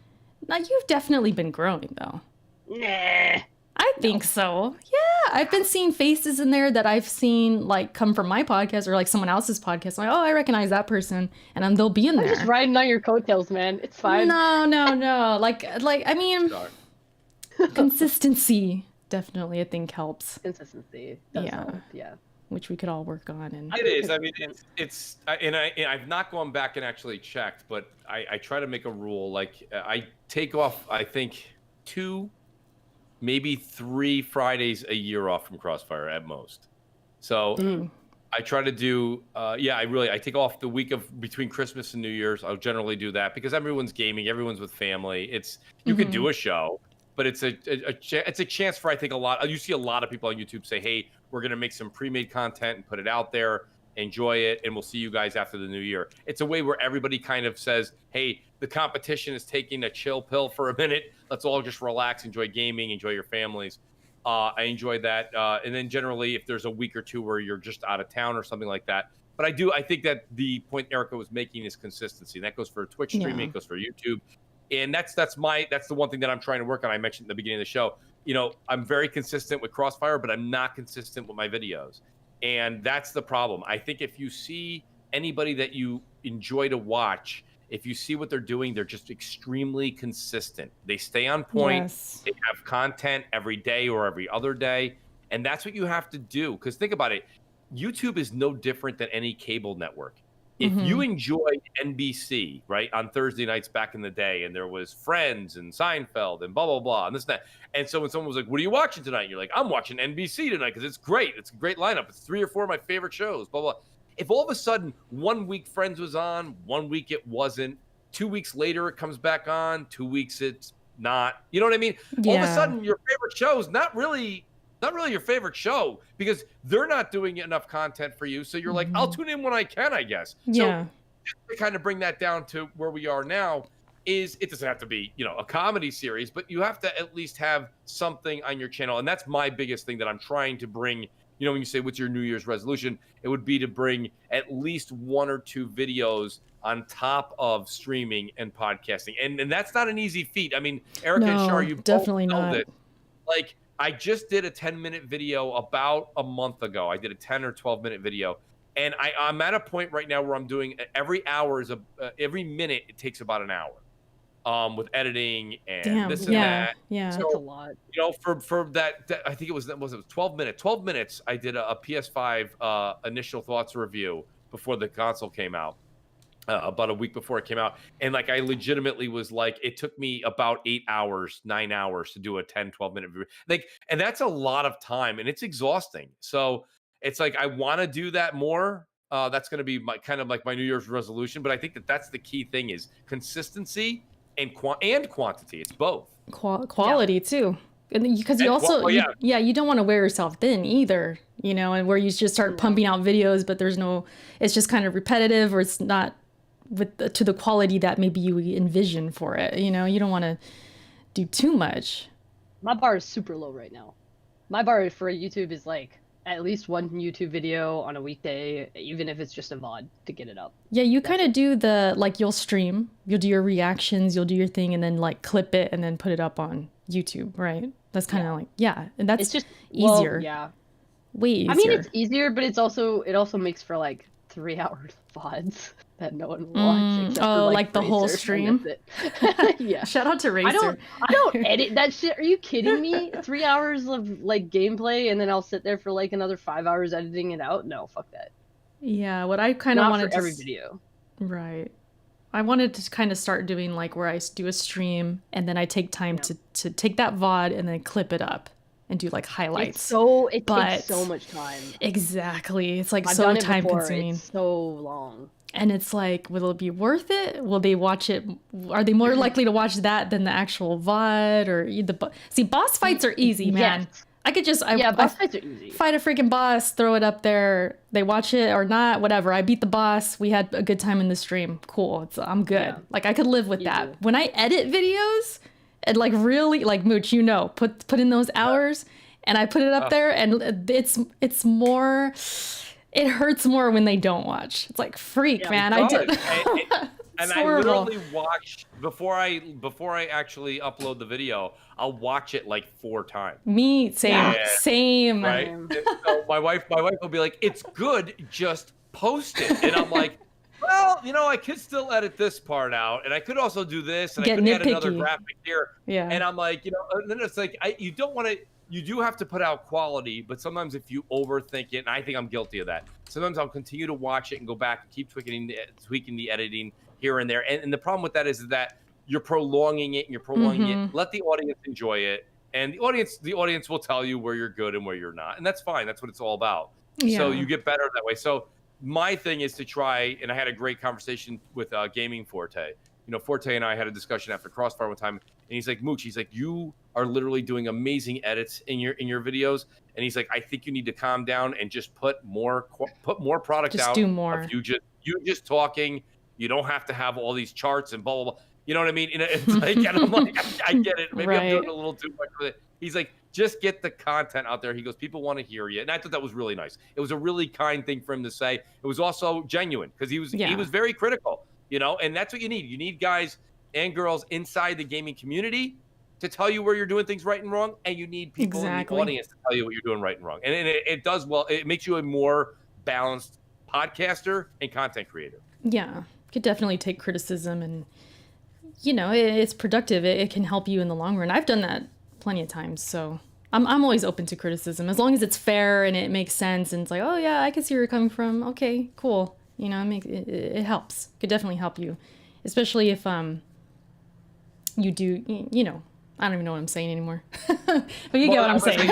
You get what I'm saying. I lost my train of thought, but you get it. Yeah. Shout out to Baracho in the chat. He says, "Mooch, I just subbed your channel. You're a good entertainer." Burro, thank you very much. That means a lot. Thank you. Yeah. It really does. It's funny when you're really working hard and you're doing this 2-3 days a week, and we're doing MNC like tomorrow morning's MNC on Crap's channel. It means so much. I don't care. I'll go on and check, and I'm sure you guys do as well. And I'll just see, and it'll say, "Oh, you had 40 people this month or 50 people this month subscribe to your channel," and it means a lot. So shout out to Burro. I appreciate that. Thank you. Yeah, Burro, that's a real one. He's been following me a long time. It's an OG right there.